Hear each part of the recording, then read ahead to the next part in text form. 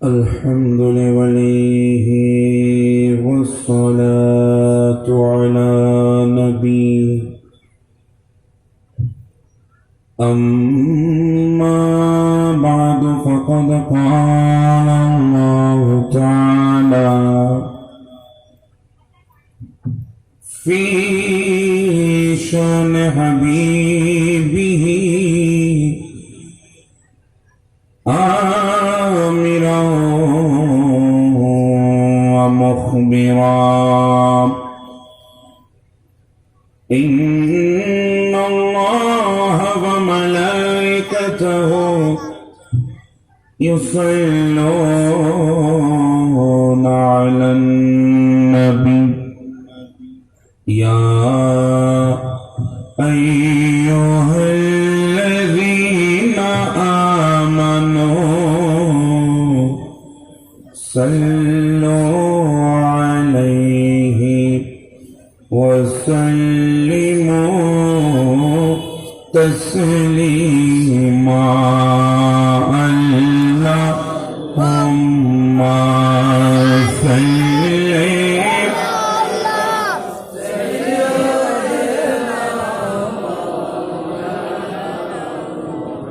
وعلى آله سيدنا مولانا। আপনাদের এখানে দরুদ পড়লে কি গুনাহ হয়? আপনাদের এখানে কি দরুদ পড়লে গুনাহ হয়? আওয়াজে বোঝা যাচ্ছে কিছু কিছু গুনাহ হইতেছে। দরুদ পড়লে গুনাহ না সওয়াব? দরুদ পড়লে কি গুনাহ হয় না গুনাহ মাফ হয়? কথা বলেন। মঞ্চে কেউ কথা বলবেন না আল্লাহর ওয়াস্তে। আমার আশেপাশে কেউ কথা বলবেন না। আমরা 2021 সালের এই রানিং পৃথিবীতে আছি। তুমি এলাকা বন্ধ করো, এই 2021 সালের মধ্যে কোন পাগল কি পাবেন যে লাভ নাই? এই কথাটা সে বুঝে না, পাওয়া যাবে? পাগল পর্যন্ত বুঝে সে পৃথিবীর বুকে একটা শব্দ আছে, সেটার নাম হচ্ছে লাভ। এই লাভটা ছাড়া মানুষ সহজে এক পা সামনে দিতে চায় না। কথা বলেন ঠিক না বেঠিক?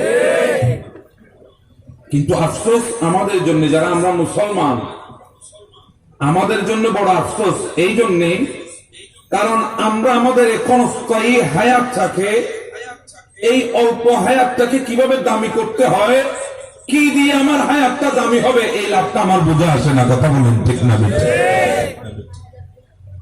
আমার রাসূল কি বলছেন জানেন? আমার নবী বলছে, উম্মত তোমরা যদি আমি নবীর উপরে একবার দরুদ পড়ো, কয়বার? একটু কথা বলেন, কয়বার? একবার দরুদ পড়ো। একবার দরুদ পড়তে কি আমাদের 200-300 টাকা খরচ হয়? কথা বলেন, 200-300 টাকা খরচ হয়? হয় না। যদি আমরা একবার দরুদ পড়ি, আমার নবী বলছেন উম্মত আমার উপর একবার দরুদ পড়ার কারণে আমার আল্লাহ তোমার আমল নামার মধ্যে 10টি নেকি লিপিবদ্ধ করে দিয়েছে। পড়েছি কয়বার? পেলাম কয়বার?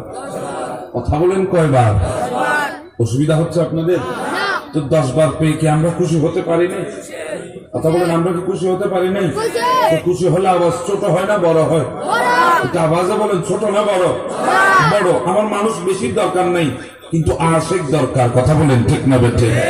আশেক হলে কম হলেও চলবে, বেশি হয়ে লাভ নাই। আশেক যদি 2-1 হয় সেটাই যথেষ্ট। কথা বলেন ঠিক কিনা?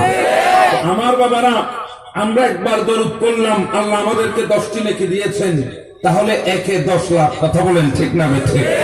বাবারা, আমি আরেকটু গবেষণা করলাম, আমার নবীর হাদিস এখনো শেষ হয় নাই, আরেকটু গবেষণা করলাম।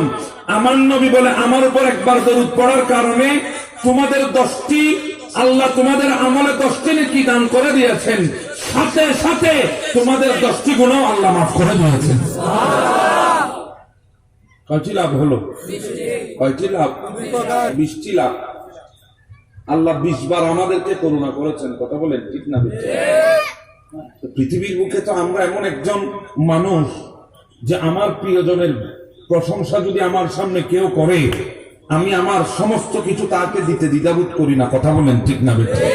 যেহেতু সে আমার প্রিয়জনের প্রশংসা করেছে, আমার ভালোবাসার মানুষের প্রশংসা করেছে, এত বেশি খুশি তার উপর হয়েছি, সবগুলো তাকে বিলাই দিতে দ্বিধাবোধ করি না। গবেষণা করে দেখলাম, পৃথিবীর বুকে সৃষ্টি লগ্নে আমার আল্লাহর কাছে সবচেয়ে প্রিয় তিনি হচ্ছেন আমার নবী। কথা বলেন ঠিক কিনা? এজন্য নবী বলে, উম্মত আমার উপর যখন একবার দরুদ পড়েছো, 10টি গুনাহ মাফ করেছে, 10টি নেকি দান করেছে, সাথে সাথে আমার আল্লাহ তোমাদের 10টি ইজ্জত আজমত আমার আল্লাহ বন্ধ করে দিয়েছেন। জোরে বলেন সুবহানাল্লাহ। আমরা সেই নবীর উপরে দরুদ পড়তে কি আমরা অবহেলা করব? কথা বলেন, অবহেলা করব? সহিহ ইবনে হিব্বানের মধ্যে হাদিস আসছে, আমার নবী বলে, উম্মত যদি আমার উপর একবার দরুদ পড়ো, আল্লাহ তোমাদের উপর 70 বার দয়া করেছে। কয়বার দরুদ? দয়া কয়বার? 70 বার। তো আমার নবীর উপরে দরুদ পড়লে লাভ আছে না নাই? কথা বলেন, আছে না নাই? একটু মহাব্বত আমরা দরুদ করব। আল্লাহুম্মা সাল্লি আলা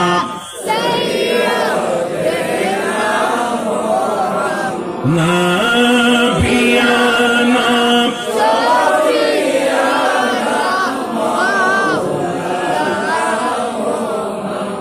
কোথায় আছেন দয়াল নবী আমাদেরকে সারিয়া, কোথায় আছেন দয়াল নবী আমাদেরকে সারিয়া, আপনি বিনে কি লাভ হবে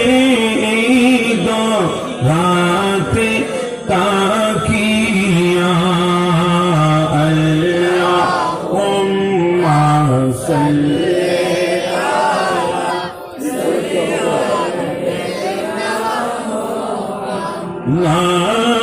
নাবিয়ানা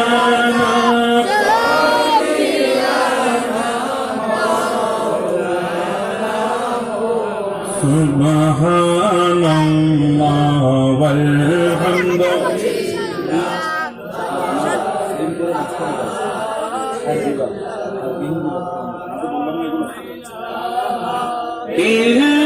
ইল্লাল্লাহু লা ইলাহা ইল্লাল্লাহ সুবহানাল্লাহ ওয়ালহামদুলিল্লাহ লা ইলাহা ইল্লাল্লাহ লা ইলাহা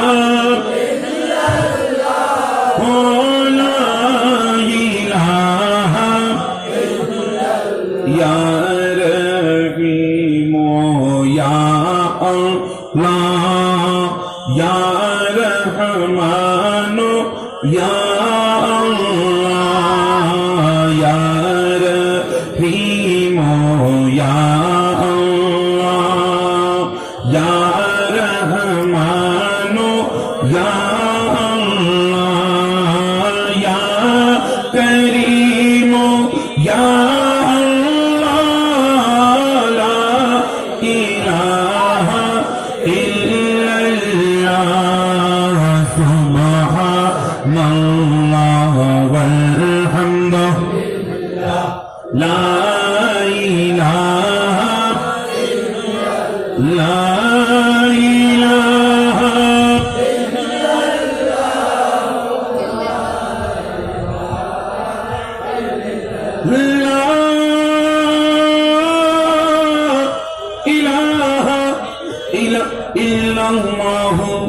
মুহাম্মাদুর রাসূলুল্লাহ সাল্লাল্লাহু তাআলা আলাইহি ওয়াসাল্লাম।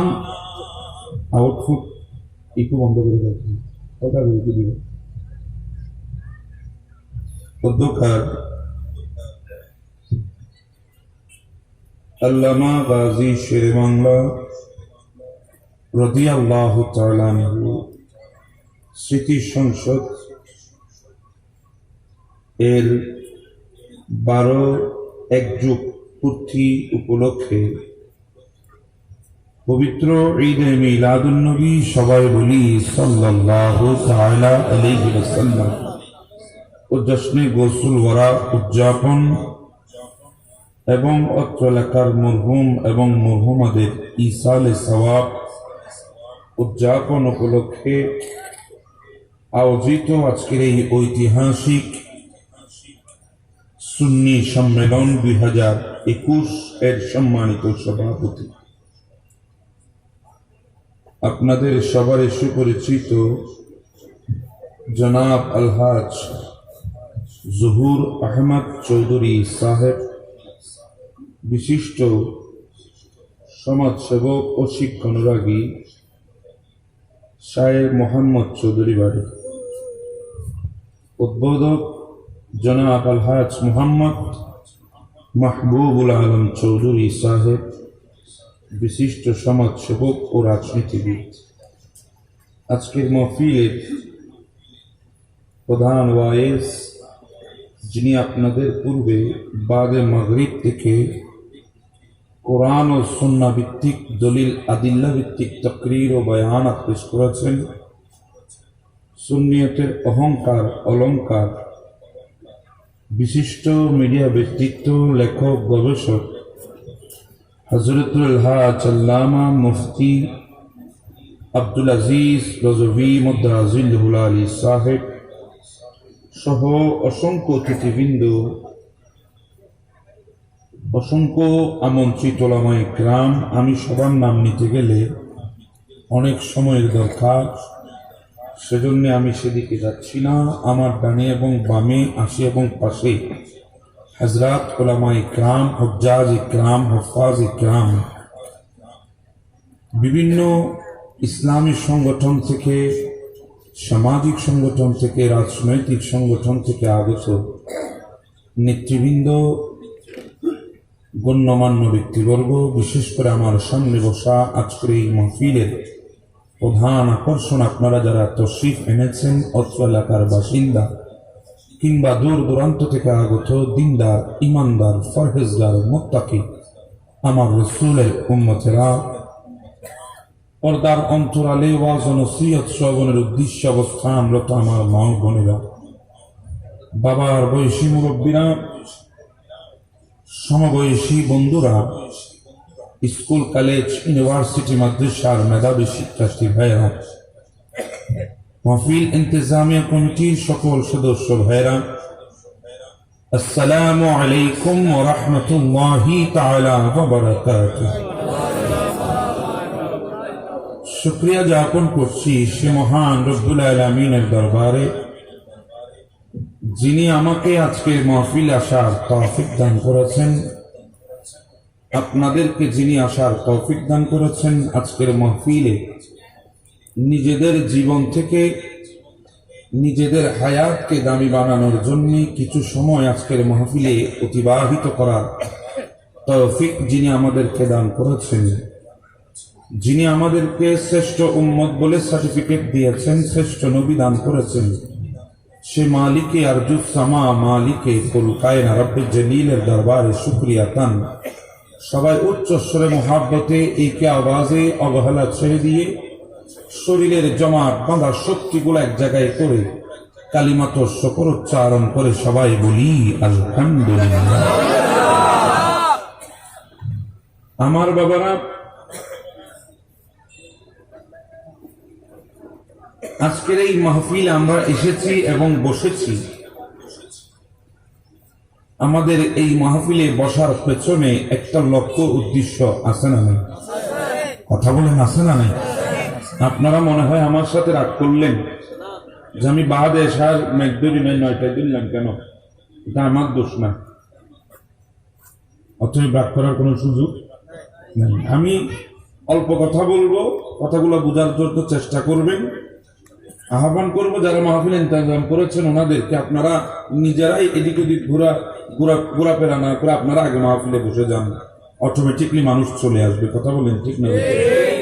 আপনারা দল বেঁধে বেঁধে ওই রাস্তার মুড়ে মুড়ে দাঁড়ায় আছে, আপনারা আগে মাহফিলে চলে আসেন। যারা মাহফিল ইন্তজাম করেছেন আপনারা মাহফিলে আসেন, তারপর অটোমেটিকলি মানুষ আসবে। কথা বলেন ঠিক কিনা?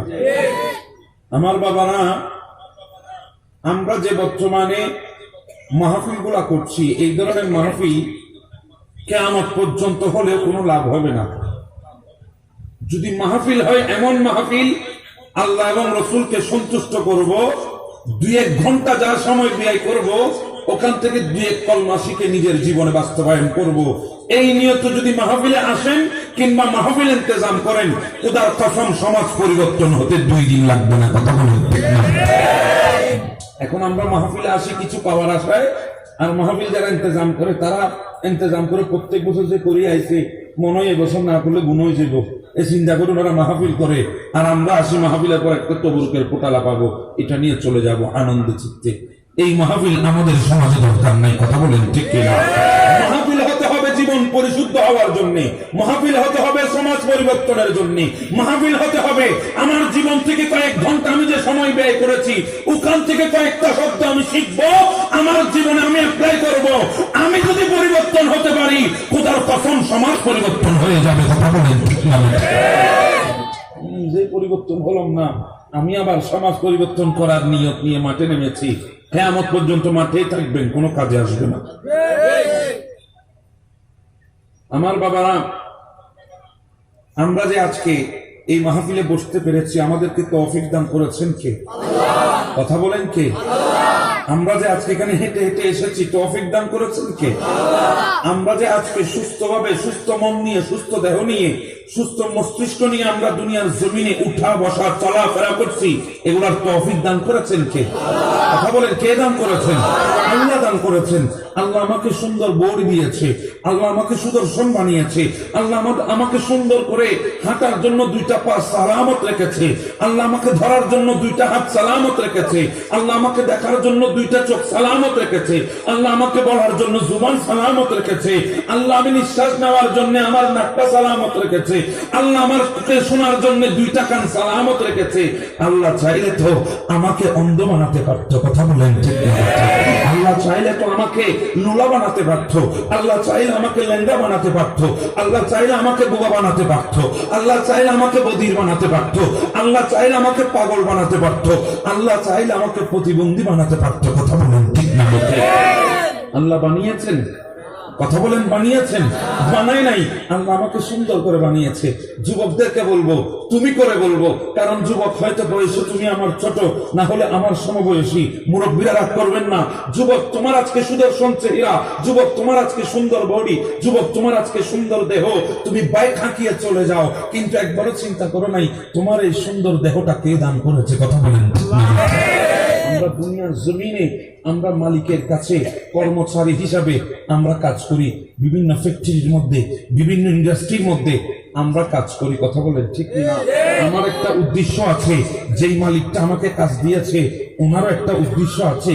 ওই মালিকের উদ্দেশ্য হলো আমার থেকে সে শ্রম নেবে, আর আমার উদ্দেশ্য হলো আমি তার থেকে পারিশ্রমিক নেব। কথা বলেন ঠিক না? বেঠে দুইজনের 2টা উদ্দেশ্য। সে আমার থেকে আমার ঘাম নেবে, বিনিময়ে আমাকে টাকা দিবে, আমি ঘাম দেব, বিনিময়ে টাকা নেব। এটা আমার উদ্দেশ্য, মালিকের উদ্দেশ্য। কিন্তু আমার বাবারা একবারও তো চিন্তা করলেন না, এই সুন্দর চেহারাটা আল্লাহ আমাকে আপনা আপনি দান করে নাই, এমনি এমনি দেয় নাই। এই সুন্দর বডিটা আল্লাহ আমাকে এমনি এমনি দেয় নাই। সুন্দর ব্যবহার করার জন্য জুবানটা আল্লাহ আমাকে এমনি এমনি দেন নাই। সুন্দরভাবে দেখার জন্য চোখটা আল্লাহ আমাকে এমনি এমনি দেন নাই। এর পিছনে অবশ্যই কারণ আছে। কথা বলেন ঠিক না? আমরা বুঝি এই বিষয়ে, আমরা বুঝি না। কথা বলেন ঠিক কিনা? এই বিষয়টা আমরা বুঝি, আমাদের বুঝে আসে না। দুনিয়ার সিস্টেম বুঝি, আল্লাহর সিস্টেম বুঝি না।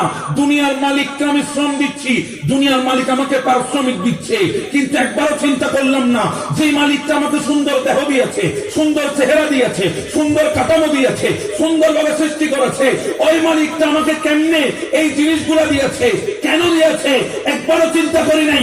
মালিকে বলে দিচ্ছে, ওমা খালাকাতুল জিন্না ওয়াল ইনসা ইল্লা লিয়াবুদুন, আমি তোমাকে সুন্দর দেহ দিয়েছি, তোমাকে সৃষ্টি করেছি একমাত্র আমি আল্লাহর ইবাদত করার জন্য। কথা বলুন ঠিক না? আজকে আমরা বুঝি, কথা বলে এটাকে আমরা বুঝি, আমরা দেহ পেয়েছি সুন্দর, ইবাদত নাই। কথা বলেন ঠিক না? কথা বলেন ঠিকই না? আজকে যুবক কি মসজিদমুখী? আজকে যুবক কি মসজিদমুখী?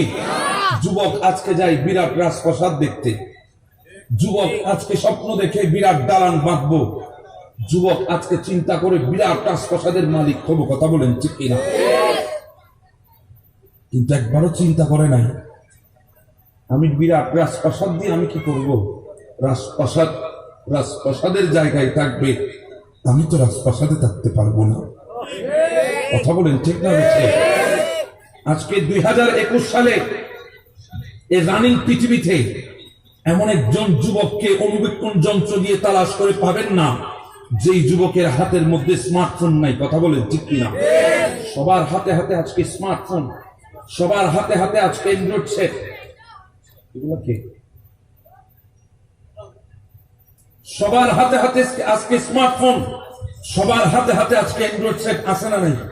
যুবক না খেয়ে কয়েকদিন থাকতে পারে, স্মার্টফোন ছাড়া 2 মিনিটও থাকতে পারে না। কথা বলেন ঠিক কিনা? আজকে আমার বোন যুবতী গ্রামে হোক কিংবা শহরে হোক, নগরে হোক কিংবা গঞ্জে হোক, জিতাই হোক না কেন, এমন কোন আমার যুবতী বোন নাই যার হাতের মধ্যে স্মার্টফোন নাই। কথা বলেন ঠিক কিনা? আজকে যুবকের হাতে স্মার্টফোন, আজকে যুবতীর হাতে স্মার্টফোন। এমন কোন যুবক পাবেন না।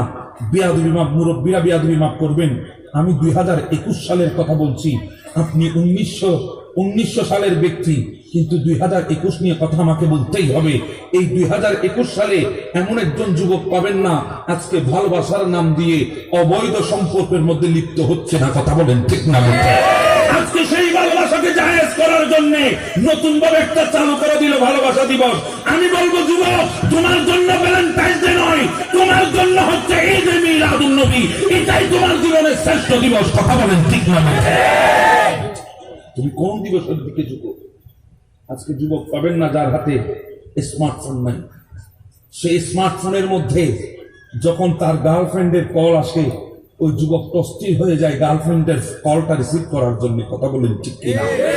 ওই যুবতীর মোবাইলে যদি বয়ফ্রেন্ডের কল আসে, যুবতীটা অস্থির হয়ে যায় বয়ফ্রেন্ডের কল রিসিভ করার জন্য। কোন সন্তানের মোবাইলে যদি বাবার কল আসে, সন্তান অস্থির হয়ে যায় বাবার কলটা রিসিভ করার জন্য। কোন স্বামীর মোবাইলে যদি স্ত্রীর কল আসে, এই স্বামীটা অস্থির হয়ে যায় স্ত্রীর কলটা রিসিভ করার জন্য। কোন আত্মীয়র মোবাইলে যদি কোন আত্মীয়র কল আসে, আত্মীয়টা অস্থির হয়ে যায় সে কলটা রিসিভ করার জন্য। কিন্তু যুবক, একবারও তুমি চিন্তা করো নাই তোমার কাছে দৈনিক 5 বার একটা কল যায়, যেই কলটা দুনিয়ার কোন পাবলিকের কল নয়, যেই কলটা মসজিদের মিনার থেকে মুয়াজ্জিন তোমাকে 5 বার কল দেয়, একবারও তুমি রিসিভ করো না। সুদর্শন হয়ে সুন্দর বডিটা নিয়ে বাইক হাঁকিয়ে তুমি মসজিদের সামনে চলে যাও, সেই মসজিদে একবারও কলটা রিসিভ করে তুমি প্রবেশ করো না। সেখানে মুয়াজ্জিন তোমাকে কলের মধ্যে বলছে আল্লাহু আকবার, আল্লাহু আকবার, আল্লাহ মহান, আল্লাহ শ্রেষ্ঠ, আমার আল্লাহ সর্বশক্তিমান, আল্লাহর ঘরের দিকে আসো, হাইয়া আলাস সালাহ, আল্লাহর ইবাদতের দিকে আসো, হাইয়া আলাল ফালাহ। 100% কল্যাণ আছে। যুবক, আজকে তুমি বিশাল বিশাল দালান বাঁধার স্বপ্ন দেখো, ওই দালানে ঢুকলে কোনো কল্যাণ নাই। তুমি আজকে বিরাট রাজপ্রাসাদে প্রবেশ করার স্বপ্ন দেখো, ওই রাজপ্রাসাদে ঢুকলে কোনো কল্যাণ নাই। কিন্তু আল্লাহর ঘর মসজিদে যদি ঢুকতে পারো, তোমার জন্য কল্যাণ 100%। আল্লাহ তোমাকে দান করবে। সেই কল্যাণ দুনিয়ার কোনো কল্যাণ নয়, সেই কল্যাণ হলো আল্লাহর জান্নাত তোমার জন্য অপেক্ষা করবে। কথা বলেন ঠিক না? আমি কি ভুল বললাম? কথা বলেন, আমি কি ভুল বললাম? আজকে যুবক মসজিদে যেতে চায় না। কথা বলেন ঠিক না? কিন্তু যুবক, তুমি একবারও চিন্তা করো নাই, একবারও তুমি চিন্তা করো নাই তুমি যে আজকে আল্লাহর ঘর মসজিদটা দেখে সামনে দিয়ে চলে যাও, তোমার পায়ে জোর আছে সেজন্য তুমি মসজিদে ঢুকো না, পায়ের জোর খাটিয়ে তুমি সামনে দিয়ে যাচ্ছ। তোমার দৃষ্টিশক্তি আছে, তুমি মসজিদের দিকে তাকাচ্ছ না, তোমার দৃষ্টিশক্তি ফিরিয়ে তুমি অন্যদিকে চলে যাচ্ছ। তোমার বাহুতে বল আছে, তুমি তাকবীরে তাহরিমা করতে পারছো না, তুমি সেই বাহুর বলগুলো দুনিয়ার কাজে ব্যয় করছো। একবারও কি তুমি চিন্তা করে দেখেছো যে ঘরের দিকে তুমি আজকে নিজের সামর্থ্য নিয়ে আসছো না, সেই ঘরে তোমাকে একদিন আসতেই হবে। হয়তো ওই দিন তুমি নিজের পায়ে হেঁটে আসতে পারবে না, 4 জনের উপর ভর করে নিতর দেহ নিয়ে তোমার মুখটাকে কাপনের ভেতরে লুকিয়ে তোমাকে ওই ঘরের দিকে আসতেই হবে। তুই যেই ঘরে আমাকে যেতেই হবে, সেই ঘরে আমি নিতর দেহ নিয়ে কেন যাব? আমি আমার রবের প্রেমে ইবাদতের নিয়তে সেই ঘরে যাব। কথা বলেন ঠিক না? আফসোস মুসলমান, আসলে কি জানেন, একটা কথা আমাদের চট্টগ্রামের বাসায় আসে, জানলাই নাই তাল্লাম মসজিদে বাড়িতে।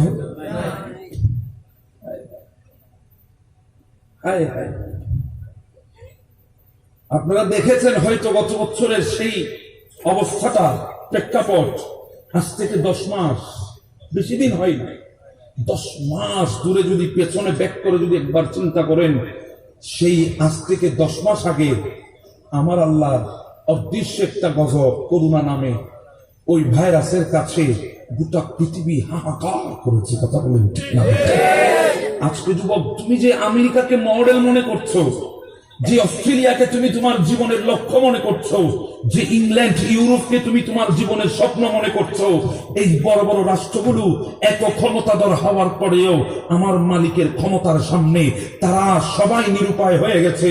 কারণ আমার মালিকের মতো বড় শক্তিশালী তো আল্লাহর এই সৃষ্টি জগতের মধ্যে নেই। কথা বলেন ঠিক না? আমরা অসহায় হয়ে গেছি। এত তথ্য প্রযুক্তি আমাদের ভেতরে থাকার পরেও আমরা নিরুপায় হয়ে গেছি করোনার সামনে। তাহলে কি বুঝলা যুবক? তোমার সমস্ত স্বপ্ন বেকার যদি তোমার হায়াত না থাকে। কথা বলেন ঠিক কি না? সময় থাকতে আল্লাহ রাস্তায় আসার দরকার আছে না? কথা বলেন আছে না নাই? অবশ্যই আমাদের আল্লাহ রাস্তায় আসতেই হবে, না এসে পার পাওয়ার কোনো সম্ভাবনা। তুমি অসীম ক্ষমতার দান, সাধনাই তোমার লীলা বুঝিবার। কথা বলেন ঠিক কি না? আমার আল্লাহ লীলা বুঝিবার সাধ্য কি আমাদের আছে? তুমি অসীম ক্ষমতার দান, সাধনাই তোমার লীলা বুঝিবার। কাউকে দালান কোটাই কোদা তুমি রাখো, কাউকে পথের ভিখারি করে করুণাই দেখো। রিজিক দাও গো খোদা তুমি সবার, সাধনাই তোমার লীলা বুঝিবা। কথা বলেন ঠিক কি না? আমার আল্লাহ লীলা বুঝিবার সাধ্য কি আমাদের আছে? আজকে দেখবেন আমাদের দেশে অনেকে আছে, যদি বলি ভাই তুমি তো প্রাপ্তবয়স্ক হয়েছ, একটু আল্লাহর মসজিদে যাও না, বলে হুজুর আমি যদি এত তাড়াতাড়ি মসজিদে যাই লোকে কি বলবে? কথা বলেন ঠিক না? হচ্ছে হুজুর আমার বয়স মাত্র 20 বছর, আমি এত তাড়াতাড়ি যদি মসজিদ ধরি লোকে কি বলবে? মানুষ আমাকে ভেঙাবে। কথা বলেন ঠিক কি না? যুবক, তোমার তো প্রাপ্তবয়স্ক হয়েছ, তুমি আল্লাহ রাসূলের সুন্নত দাড়িটা রেখে দাও না, বলে হুজুর এত তাড়াতাড়ি রাখলে লোকে কি বলবে? আগে বিয়ে করি, এরপরে আমি সংসার করব, সন্তান সন্ততি হবে, মেয়ে বিবাহ দেব, এরপরে হুজুর আমি দাড়ি রাখার চিন্তা করব। মানুষ আছে না নাই? এরকম কথা বলে মানুষ আছে না নাই? আরে তুমি যত বড় প্ল্যানের কথা বলছো, এই প্ল্যানটা পর্যন্ত তুমি যেতে পারবে কিনা সন্দেহ আছে। কথা বলেন ঠিক না? বর্তমানে যে যুবক বলে দাড়ি রাখলে যুবতী মেয়ে পাবো না, সুন্দর মেয়েকে বিবাহ করতে পারবো না, আমি বলবো যুবক তুমি দাড়ি রাখার কারণে যেই মেয়ে তোমাকে বিবাহ করে নাই, যেই মেয়ে হলো দুনিয়াবাস মহিলা, আর দাড়ি দেখে যে মেয়ে তোমাকে স্বামী হিসাবে গ্রহণ করেছে, সে আমার রাসূলের 1 নম্বর উম্মত মহিলা। কথা বলেন ঠিক না? আল্লাহ তোমাকে হেফাজত করেছে, তুমি আল্লাহর দরবারে ফরিয়াদ করো, কারণ তোমার দাড়ি দেখে যে মেয়ে বিবাহ করবে সে দিনদার, সে কোনোদিন তোমার কথার বাইরে যাবে না। আর তোমার দাড়ি দেখে যে মেয়ে তোমাকে বিবাহ করে নাই, তাহলে আল্লাহ তোমাকে দুনিয়াবাস মহিলা থেকে হেফাজত করেছে। কথা বলেন ঠিক না? আজকে দেখবেন যুবক টুপি দিতে চায় না, আছে না নাই? মাথায় কি দেয় না? টুপি দেয় না। কিরে বাবা তুই টুপি দশ না কিনলে, বলে হুজুর টুপি দিলে লোকে কি বলবে? কথা বলেন। আর এমন এমন কিছু মানুষ আছে যে মসজিদে গিয়ে সে টুপি তালাশ করে, যদি না পায় মসজিদের ইমাম এবং মুয়াজ্জিনের সাথে গরম হয়ে যায়, কিরে টুপি কোথায় মসজিদের? আরে মসজিদের টুপিটা তো তোর জন্য না, তুই কেন মসজিদের টুপি খুঁজুস? তুই তো একজন মুসলমানের সন্তান, তুই তো মুসলমানের বেটা, তোর পকেটে টুপি থাকার কথা। তুই বড় বড় দামি দামি পারফিউম ইউজ করতে পারো, তুমি বড় বড় হেডফোন টাকা দিয়ে খরচ করে পকেটে রাখতে পারো, গলার মধ্যে ঝুলাইতে পারো, তুমি তোমার হাতের জন্য ব্রেসলেট ক্রয় করতে পারো, দামি ঘড়ি তুমি ব্যবহার করতে পারো, দামি চশমা তুমি ব্যবহার করতে পারো, তোমার পকেটে মাত্র 5 টাকা দামের টুপি নাই কেন? তার কারণ হলো তুমি এখনো রাসূলের উম্মত হতে পারো নাই। যদি রাস্তাঘাটে যদি পরে মরেও থাকো, মানুষ বলতে পারবে না তুমি কি মুসলমানের সন্তান না বিধর্মীর সন্তান। কথা বলেন ঠিক না? তোমার পকেটে কেন টুপি থাকবে না? টুপিটা আমার রাসূলের সুন্নাত, এটা আমার পরিচয় পত্র। কথা বলেন ঠিক না বেঠিক? আমি যে মুসলমান আমার পরিচয় পত্র টুপি, আমি যে মুসলমান আমার পরিচয় পত্র দাড়ি। কথা বলেন ঠিক কিনা? আমি যে মুসলমান আমার পরিচয় পত্র হচ্ছে মসজিদে 5 ওয়াক্ত নামাজ। কথা বলেন ঠিক কিনা? এগুলো আছে এখন যুবকের? কথা বলেন আছে? বলে হুজুর লোকে কি বলবে? তো লোকে কি বলবে আজকে বলছো কালকে বলছো, এমন একটা সময় আসবে যেখানে লোকে কি বলবে কথা বলে পার পাওয়ার কোন সুযোগ, কথা বলেন পার পাওয়ার কোন সুযোগ নাই। আজকে থেকে তওবা করেন, আজকে থেকে তওবা করেন, নিজেকে পরিবর্তন করেন। তোমার মতো হাজার হাজার যুবক আজকে গোরস্থানের মাটির নিচে শুয়ে আছে। কথা বলেন ঠিক কিনা? তোমার চাইতে আরো সুন্দর, তোমার চাইতে আরো বাহুবল বেশি এই ধরনের সন্তান আজকে মাটির নিচে গোরস্থানে নিতর দেহ নিয়ে শুয়ে আছে। আমার বাবারা, আসার সময় একটা সিরিয়াল ছিল, যাওয়ার সময় কোন সিরিয়াল থাকবে না। কথা বলেন ঠিক কিনা? আজকে আমার দাদা কোথায়? আজকে আমার বড়দাদা কোথায়? তারাও তো দুনিয়াদারি করেছে, দুনিয়ার জমিনে বাহাদুরি করেছে, সবাই গোরস্থানে। আমাকে তো যেতে হবে। কথা বলেন ঠিক কিনা? প্রস্তুতি নেন না, প্রস্তুতি গ্রহণ করুন। কি নিয়ে যাচ্ছেন দুনিয়া থেকে? কি নিয়ে যাচ্ছেন? কি নিয়ে যাচ্ছেন আল্লাহর দরবারে? কি নিয়ে দাঁড়াবেন? আজকে যে আমরা মেরাজ নবী করছি, একবারও কি চিন্তা করেছেন আমার নবীটা মেরাজ থেকে আসার সময় কোন নবীকে আমার আল্লাহ তোহফা দান করেন নাই, একমাত্র আমার নবীকে তোহফা দিয়েছেন। সেই তোহফা হচ্ছে 5 ওয়াক্ত নামাজ। কথা বলেন ঠিক কিনা? নবী তো মেরাজ করেছে আশরাফে গিয়ে, উম্মত অন্তরে কষ্ট পাবে। নবী বলে আমি তোমার জন্য মেরাজ এনেছি, তুমি নামাজে দাঁড়িয়ে যাও। আস-সালাতু মেরাজুল মুমিনিন, যখন নামাজে দাঁড়িয়েছো এই নামাজটা হলো তোমার জন্য মেরাজ। কথা বলেন ঠিক না? সাবধান, সতর্ক, এগুলা থেকে বাঁচার চেষ্টা করবেন। আজকে যুবক নিজের চেহারার সৌন্দর্যতা বাড়ানোর জন্য ফেস ওয়াশ ইউজ করে, আছে না নাই? আমি কি কথাগুলো ভুল বলছি? আজকে যুবক নিজের চেহারাটা সুন্দর করার জন্য ফেসিয়াল করে, ফেস ওয়াশ ইউজ করে, বিভিন্ন ধরনের ক্রিম ইউজ করে। কথা বলেন ঠিক কিনা? কেন? বলে হুজুর চেহারা যদি সুন্দর না হয়, ভালো একজন মেয়ে কি আমার প্রেমে পড়বে? ভালো বউ কি আমি আশা করতে পারবো? আমার যৌবনটা টিকিয়ে রাখার জন্য আমার চেহারাটা সবচেয়ে বড় পুঁজি। সেজন্য আমি আমার চেহারাকে সুন্দর করার জন্য ফেস ওয়াশ ইউজ করি, ফেসিয়াল ইউজ করি।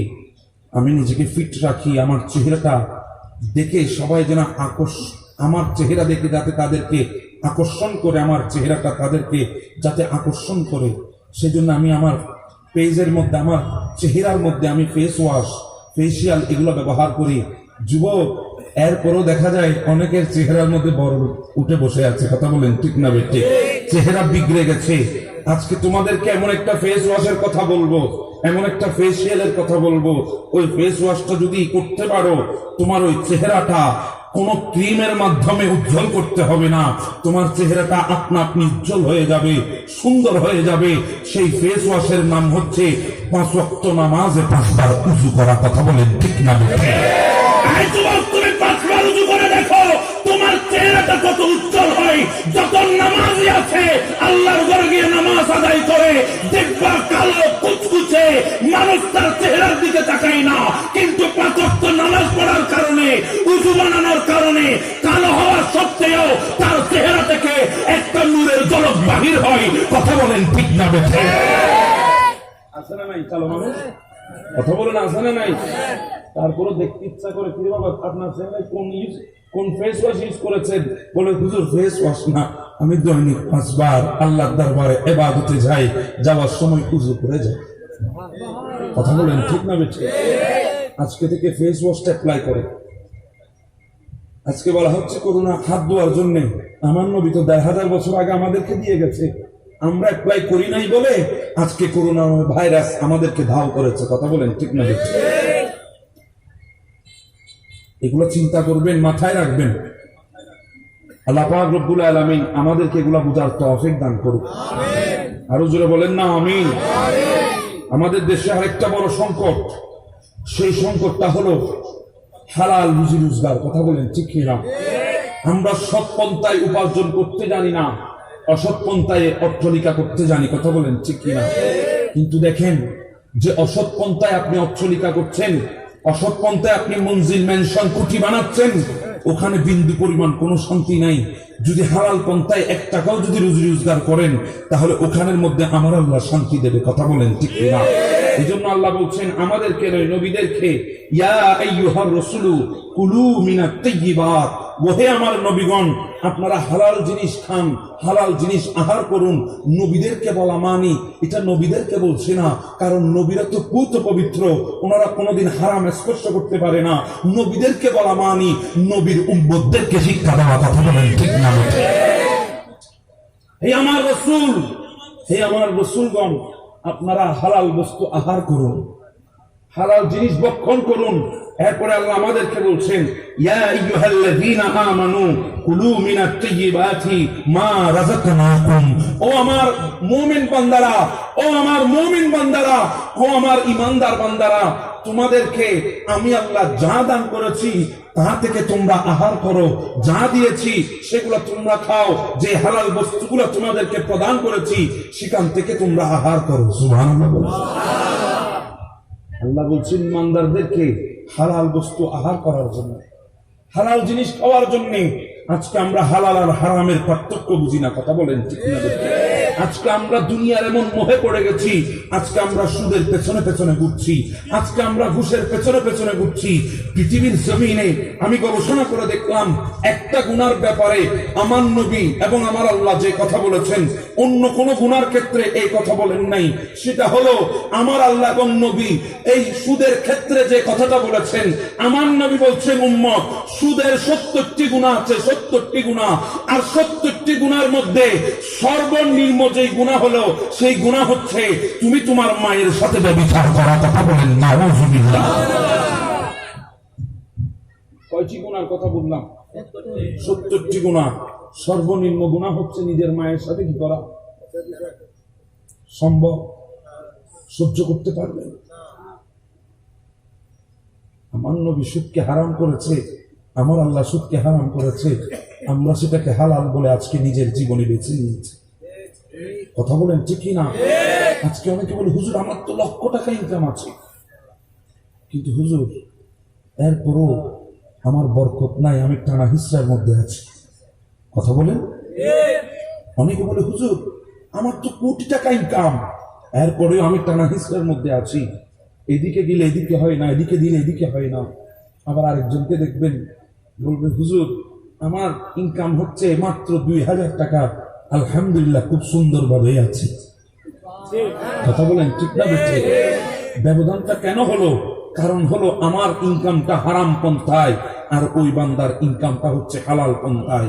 যেখানে হালাল ভাবে সে রুজি রোজগার করেছে, আল্লাহ এমন বরকত দিয়েছে, মনে হয় মাসে 2000 টাকা নয় 2 লাখ টাকা সে ইনকাম করেছে। কথা বলেন ঠিক না? এ ধরনের পাবলিক আছে না? নেই?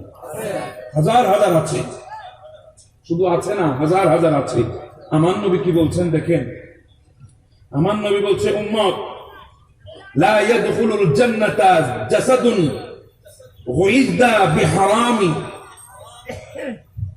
ওই জিসিমটা, ওই শরীরটা যেটা হারামকে মোটা তাজা হয়েছে, যেই শরীরের ভিতরে হারাম প্রবেশ করেছে, ওই শরীর জিসিমটা আল্লাহর শ্রেষ্ঠ নিয়ামত জান্নাতে প্রবেশ করবে না।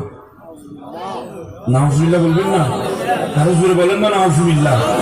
আজকে তো আমরা কিভাবে আমার জায়গা থেকে 1 বিঘত জায়গা অন্যের নিয়ে ফেলবো, আমি কিভাবে আরেকজনের উপর জুলুম করে আমার টাকা পয়সা আমি বাড়িয়ে ফেলবো, কিভাবে আমি আরেকজনের ভিটা দখল করব, কিভাবে একজন আরেকজনের উপর জুলুম করব, এগুলো আমাদের দুশ্চিন্তা মাথার ভেতরে থাকে।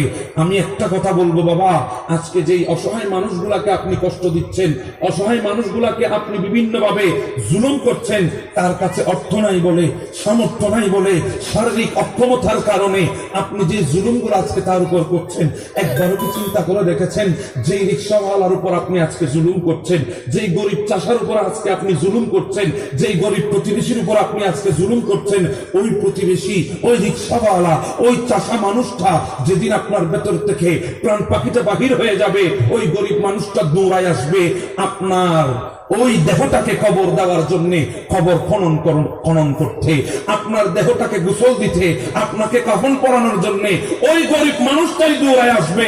আপনার কোন কোটিপতি বন্ধু কবর খনন করার জন্য আসবে না, আপনার কোন কোটিপতি বন্ধু আপনাকে গোসল দেওয়ার জন্য আসবে না, আপনার কোন কোটিপতি বন্ধু আপনাকে কাফন পরানোর জন্য আসবে না। যাদের উপর সারা জীবন জুলুম করেছেন তারাই আপনার আপন হবে যখন আপনি দুনিয়া থেকে বিদায় হবেন। কথা বলেন ঠিক না? সেই মানুষগুলোকে কেন কষ্ট দিচ্ছ? সেই মানুষগুলোকে কেন তুমি কষ্ট দিচ্ছ? শুধু দুই মুঠো ভাতের জন্য আজকে, রুজি রোজগারের জন্য আজকে তাদেরকে তুমি বিভিন্ন ভাবে জুলুম করছো। আপনাদের অসুবিধা হচ্ছে? আমি গল্প বলতে পারবো না। কেউ যদি মনে করেন হুজুর কিছু গল্প করবো মনে হয়, এগুলো আমি পারবো না। আমাকে বিষয় দিয়েছে, বিষয়ের উপর আলোচনা করছি, মনোযোগ দিয়ে শুনবেন। যারা চলে যাবেন চলে যাবেন, কিন্তু আমার কথাগুলো মনোযোগ দিয়ে শুনবেন। যদি সত্যি হয়, মিথ্যা হলে আপনার জুতা আমার মুখ, যদি সত্যি হয় অবশ্যই মানতে হবে। কথা বলেন ঠিক না? আজকালকার আছে না? আমরা আজকে 20 টাকার জন্য রিক্সাওয়ালার গায়ে হাত তুলতে দ্বিধাবোধ করি না। কথা বলেন।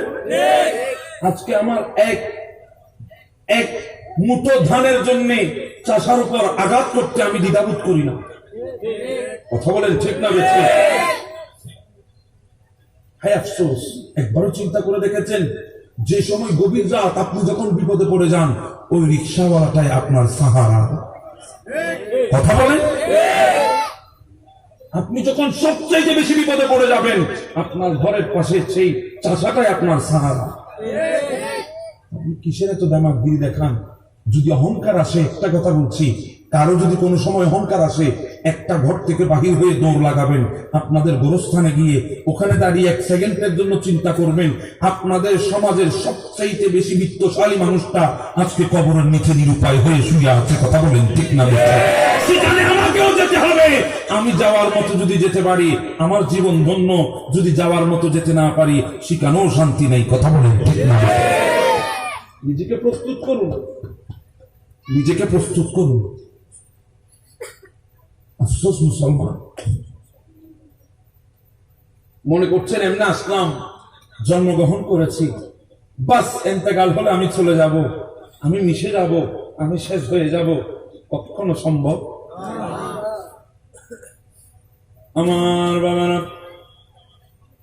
একদিন এক আল্লাহর বান্দা গোটা জীবন গুনার মধ্যে লিপ্ত ছিল, নিজের হায়াত আল্লাহর নাফরমানির মধ্যে ব্যয় করেছেন।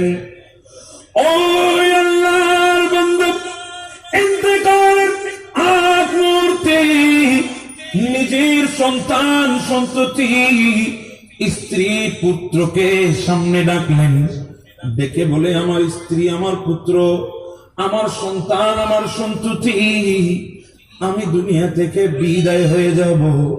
তোমাদেরকে একটা ওসিয়ত করে যায়, আমার ইন্তেকালের পর আমাকে দাফন করবা না, আমাকে কবর দিবা না, আমার লাশটা আগুন দিয়ে জ্বালিয়ে দিবা।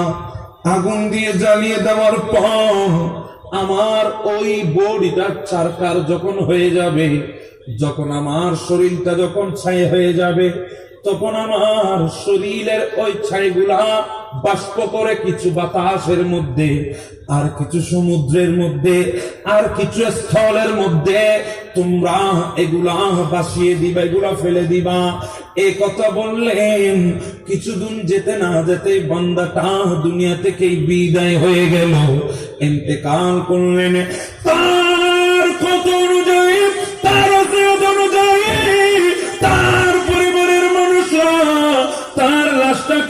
আগুনের মধ্যে পুড়ে তার ছাইগুলো কিছু সমুদ্রের মধ্যে, কিছু পাহাড়ের মধ্যে, কিছু বাতাসের মধ্যে ছিটিয়ে দিয়েছে। এরপর আমার আল্লাহ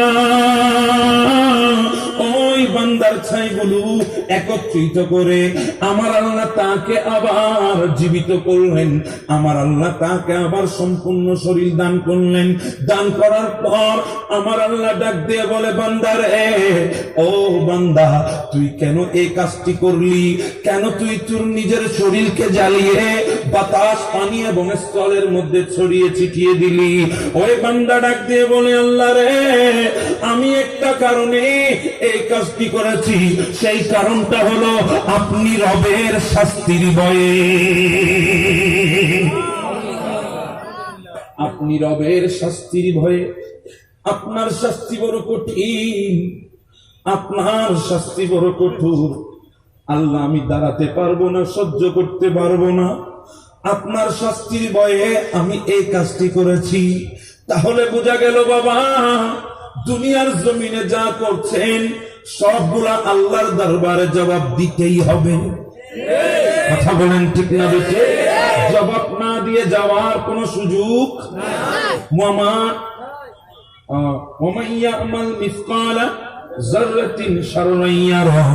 যা করেছেন, যা করছেন, সমস্ত কিছুর হিসাব কার দরবারে দিতে হবে? কথা বলে আল্লাহর দরবারে দিতেই হবে। তো আল্লাহর দরবারে হিসাব যদি দিতে হয়, যদি আপনার সাথে যদি হিসাব দেওয়ার সরো সামানা না থাকে, কি দিয়ে হিসাব দেবেন? দুনিয়ার আদালতে মিথ্যা বলে আপনি ছুটে যেতে পারেন, দুনিয়ার আদালতে আপনি মিথ্যা বলে নিজেকে রেহাই করতে পারেন। আল্লাহর আদালতে বিন্দু পরিমাণ মিথ্যা চলবে না। কিসের এত কিছু আপনার? কিসের আয়োজন? কিসের প্রয়োজন? দেখেন, আমার নবীর হাদিসে পাক। অসুবিধা হচ্ছে আপনাদের? হযরতে আব্দুল্লাহ ইবনে মাসউদ রাদিয়াল্লাহু তাআলা, আমার নবীর পেয়ারা সাহাবী, এমন সাহাবী, তিনি হচ্ছেন আমার নবীর মুস্তাহিদ সাহাবীদের মধ্যে একজন। মুস্তাহিদ সাহাবীদের মধ্যে, আমার নবীর সাহাবীদের মধ্যে ক্যাটাগরি ভাগ ছিল। কথা বলেন ঠিক না ঠিক? আমার নবী ১৬ লাখ সাহাবী, ১৬ লাখ সাহাবীর মধ্যে আমার নবীর মুহাদ্দিস সাহাবী ছিল ১০,০০০, ৬,০০০, যারা হাদিস বর্ণনা করেছেন, এরকম ১০,০০০ সাহাবী। আবার মুফতি সাহাবী ছিল ৩০০ জন। কয়শো জন? ৩০০। আর মুস্তাহিদ সাহাবী ছিল ১০ জন। কথা বুঝতেছেন? ওই ১০ জনের একজন হলো হযরত আব্দুল্লাহ ইবনে মাসউদ রাদিয়াল্লাহু তাআলা।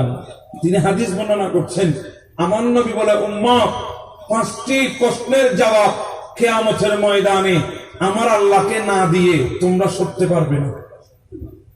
কয়টি প্রশ্ন? ৫টি প্রশ্নের জবাব আল্লাহর দরবারে না দিয়ে কোন আদম সন্তান আল্লাহর দরবার থেকে সরতে পারবে না। আমার নবী বলছেন, ১ নম্বর, আমার আল্লাহ তোমাদেরকে জিজ্ঞাসা করবে, আন উমরিহি ফিমা আফনাহু, আমি তোমাদেরকে যে জীবনটা দান করেছি, ও বান্দা, জীবনটা কোথায় ব্যয় করেছো? হায়াতটা কোথায় ব্যয় করেছো? কোন পথে তোমার হায়াতটা তুমি বিসর্জন দিয়েছো? এই প্রশ্ন আল্লাহকে দিতে হবে। না দিয়ে নড়া যাবে? কথা বলেন, নড়া যাবে?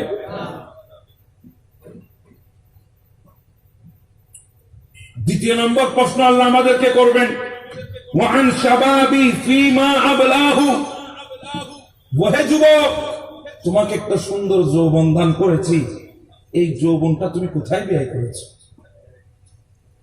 আজকে যুবক তো নিজের, এখানে যে মুরব্বীগুলা দেখছেন, সাদা দাড়িওয়ালা অনেকে আছে, ইনারাও সুন্দর যৌবন পার করেছে। কথা বলেন ঠিক না? আজকে যৌবন কই? আজকে চিরস্থায়ী না, চলে গেছে, আসলো আর গেল। যদি জিজ্ঞাসা করেন, মুরব্বী আপনাদের যৌবন কেমন কেটেছে, বলে বলতেও পারি না, কবে এসেছে কবে গিয়েছে। কথা বলেন ঠিক না বেঠে? জিজ্ঞাসা করেন, ওনাদের যৌবন ছিল, আজকে চলে গেছে, হয়তো আগামী 5 বছর পরে আমাদেরও চলে যাবে। এই যৌবনটা কোন কাজে ব্যয় করেছেন? যেখানে আমার নবী বলছেন কোন বৃদ্ধ মানুষ, বুড়ো মানুষ, অক্ষম মানুষ আমার আল্লাহকে যদি একবার ডাক দে, আমার আল্লাহ 10 বার সাড়া দে। আর কোন যুবক যদি তার গলার আওয়াজ দিয়ে আমার মালিককে ডাক দে, আমার মালিক যুবকের ডাকে সাড়া দিয়ে 70 বার জবাব দে। যুবকের গলার পাওয়ার আছে না নাই? যুবক এগুলা আল্লাহর পথে ব্যয় করে না, সেই গলার পাওয়ারটা ব্যয় করে আমার ভাইয়ের চরিত্র ফুলের মতো পবিত্র। কথা বলেন ঠিক না ঠিক? এই স্লোগানে যুবক ব্যয় করে তার কণ্ঠের আওয়াজ। মাহফিলে আসলে কণ্ঠ থেকে আওয়াজ বাহির হয় না। আল্লাহ আল্লাহ জিকির করতে বলে মনে হয় মুখের ভিতরে কি যেন ঠাড়া করে মুখ বন্ধ হয়ে গেছে। কথা বলেন ঠিক কিনা? মিছিলে গেলে বলে আমার ভাইয়ের চরিত্র ফুলের মতো। স্লোগানটা ভুল। যে স্লোগানটা আপনারা দিচ্ছেন আমার ভাইয়ের চরিত্র ফুলের মতো পবিত্র, এটা ভুল স্লোগান। বলবেন হুজুর কেমনে?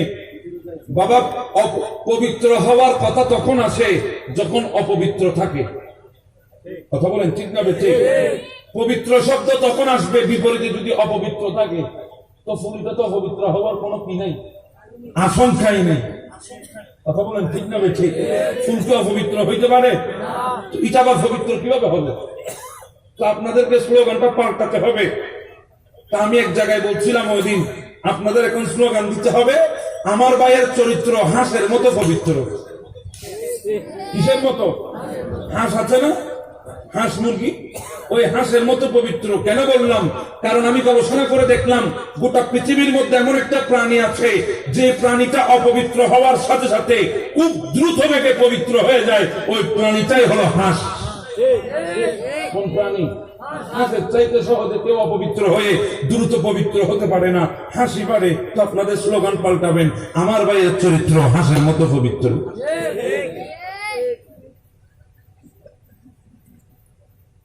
কথা বুঝেন? অসুবিধা হচ্ছে আপনাদের?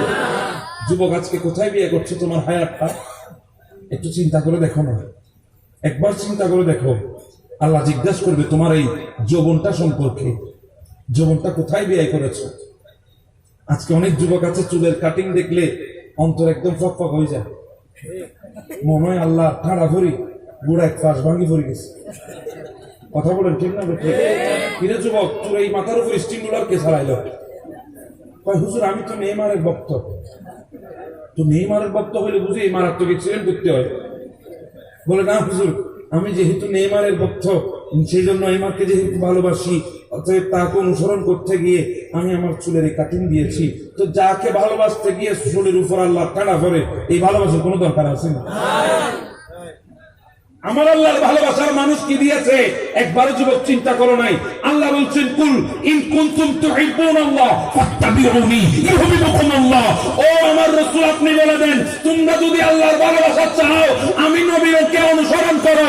নবীকে অনুসরণ মানে নবীকে ভালোবাসো। নবীকে যদি ভালোবাসতে পারি আল্লাহ তোমাদেরকে ভালোবাসবে।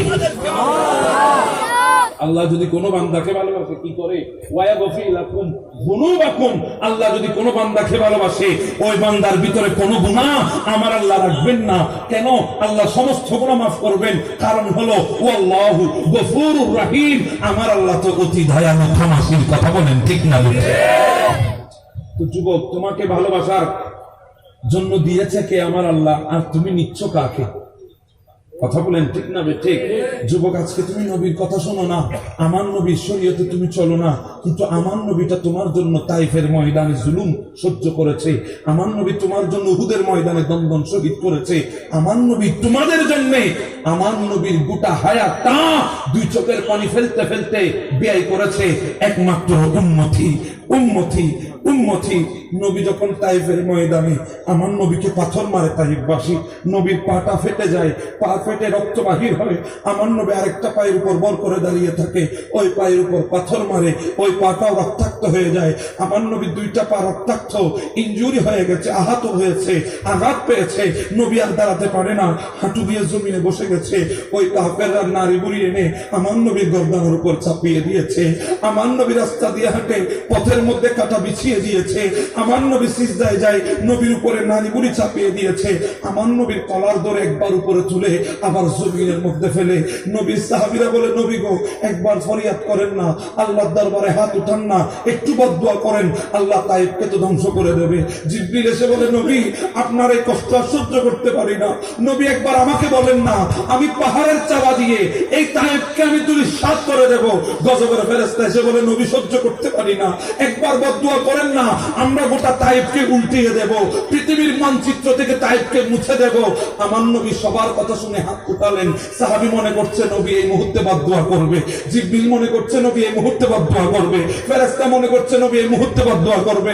নবী হাত উঠালেন, উঠায় বলছি, ইয়া রাব্বি আমার উম্মত আমাকে চিনে নাই, সেজন্য আমাকে আজকে আঘাত করছে। ইয়া রাব্বি তুমি যদি তাদেরকে ধ্বংস করে দাও, আমি তোমার ওয়াহদানিয়তের দাওয়াত তাদেরকে দেব। এই কথা বলে বলে এত কিছু সহ্য করে আমার জন্য তোমার জন্য নবী মার খেয়েছে। সেই নবীর জন্য যুবক আজকে মাথায় তুমি টুপি দিতে পারো না, সেই নবীর জন্য কি তুমি দাঁড়িয়ে রাখতে পারো না, সেই নবীর জন্য কি তুমি মসজিদে যেতে পারো না? যদি নবীর জন্য নিজের জীবনকে ব্যয় করতে না পারো, তুমি নবীর উম্মত নয়, তুমি ঈমান নিয়ে মরতে পারবে না, তুমি বেঈমান, তুমি বেঈমান, তুমি বেঈমান। কথা বলেন ঠিক না?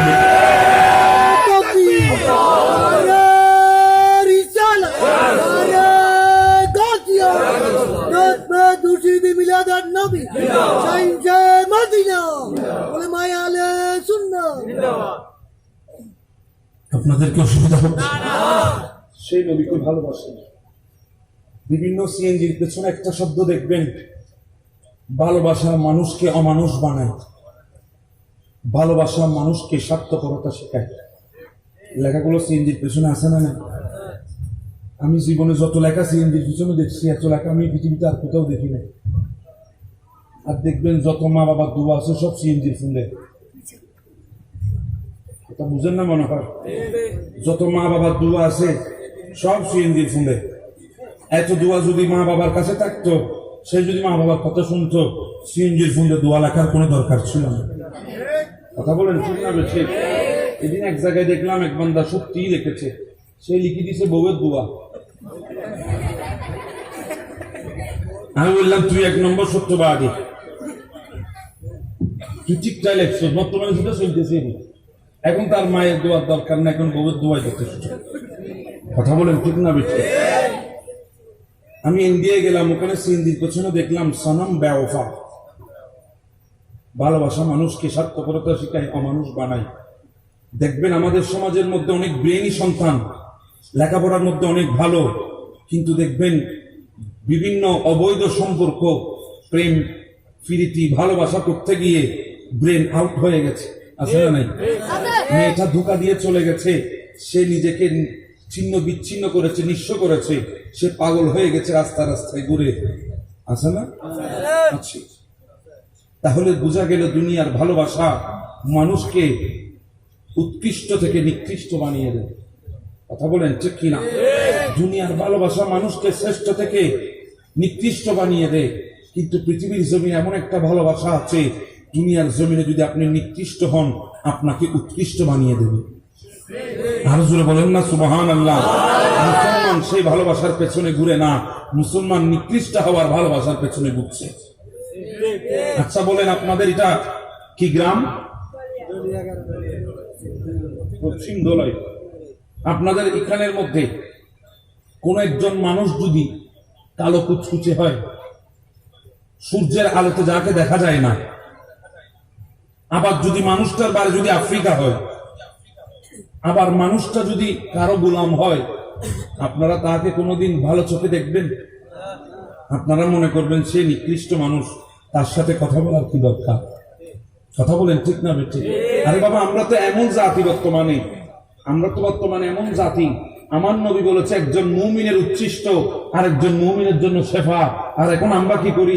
একটা গ্লাসে করে কোন একজন পানি খেলে আমরা ওই পানিগুলা ফেলে দিই তারে। কথা বলেন কিরে বাবা, এটা কি বিধর্মী খেয়েছে? আমার ভাই মুমিন, আমার রাসূলের উম্মত। আমার নবী বলছে একজন মুমিনের উচ্ছিষ্ট আর একজন মুমিনের জন্য শেফা। তুমি কি করছো? আমরা তো এমন মানুষ, একটু কালো মানুষ যদি হাত বাজিয়ে দেয়, আমরা আজকে এটাকে নিয়ে অনেক দলাদলি করি। কথা বলেন ঠিক না বেঠিক? কালো মানুষ দেখলে নাকের মধ্যে টিস্যু দিয়ে রাখি। আছে না নাই? কথা বলেন আছে না নাই? মসজিদে গিয়ে যদি দেখি একজন চাষা আমার পাশে দাঁড়িয়েছে, ওই চাষির পাশে আমি আর দাঁড়াতে চাই না। কথা বলে তো সেখানে যদি কেউ কালো কুচকুচে হয়, নেগ্রো জাতি হয়, আফ্রিকান বাসী হয়, কারো গোলাম হয়, সেখানে তো আপনারা জীবন অধিকার থাকাবেন না। কথা বলেন ঠিক না? হ্যাঁ, ওই ধরনের একজন ব্যক্তি ছিল আমার নবীর যুগে, কালো কুচকুচে নেগ্রো জাতের আফ্রিকান অধিবাসী একজন কাফেরের গোলাম হওয়া সত্ত্বেও আমাদের চোখে সর্বনিকৃষ্ট আমরা মনে করছি এই কোয়ালিটি গুলা যদি তার ভেতরে থাকে, কিন্তু ওই মানুষটা যখন আমার নবীর সাথে যখন প্রেম শুরু করে দিয়েছে, মোহাব্বত শুরু করে দিয়েছে, নবীর সাথে যখন ভালোবাসা শুরু করে দিয়েছে, ওই নিকৃষ্ট মানুষটাকে আমার আল্লাহ এত বেশি শ্রেষ্ঠ বানিয়েছে, ওই মানুষটা আযান না দিলে আমার আল্লাহ পূর্ব আকাশে সূর্য উদিত করে না। কথা বলেন ঠিক না? বেঁচে সেই মানুষটির নাম হচ্ছে বেলালে হাবশি। কথা বলেন ঠিক না? वो जो बिलाले हबशी है सरवरदी का प्यारा है, दुनिया में हर आशिक की आंखों का वो तारा है।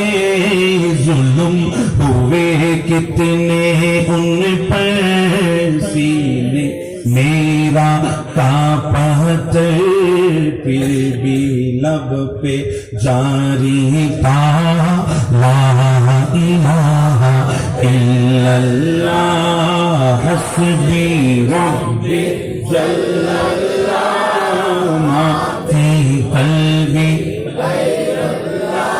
नूर मोहम्मद।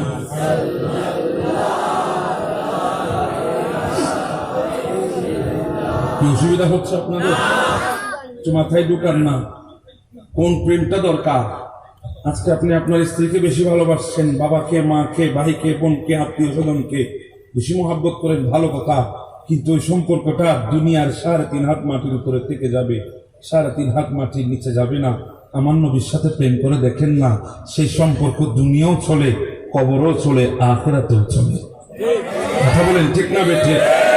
একজন শায়ের বলছেন, कौन ही अल्ताफ अपना हाल दिल किसे कही, कौन ही अल्ताफ अपना हाल दिल किसे कही, जख्म दिल किसी को दिखाए आपके होते हुए, जख्म दिल किसी को दिखाए आपके होते हुए। আর মহব্বত বলেন আল্লাহু আকবার। দুনিয়ার জমিনের নবীর চাইতে আপনার কেউ? কথা বলেন আপনার কেউ? যুবক, 2 নম্বর প্রশ্ন মনে আছে আপনাদের? আমি হাদিস থেকে গিয়েছিলাম, আল্লাহ বলবেন ওয়ান শাবাবিহি ফিমা আবলাহু, যুবক তোমার যৌবনটা কি করেছো, কোথায় ব্যয় করেছো? যুবক কি তখন বলতে পারবে? বলে আল্লাহ আমি কেরামত খেলার মধ্যে ব্যয় করেছি। বলা যাবে? এখন ছেলেরা আছে না, অনেকে কি খেলে? ক্যারাম খেলে, আছে না নাই? হাজার হাজার ছেলে দেখবেন আজান দিচ্ছে, ওইদিকে খেয়াল নেই, ক্যারামের খেয়াল। কথা বলেন ঠিক না?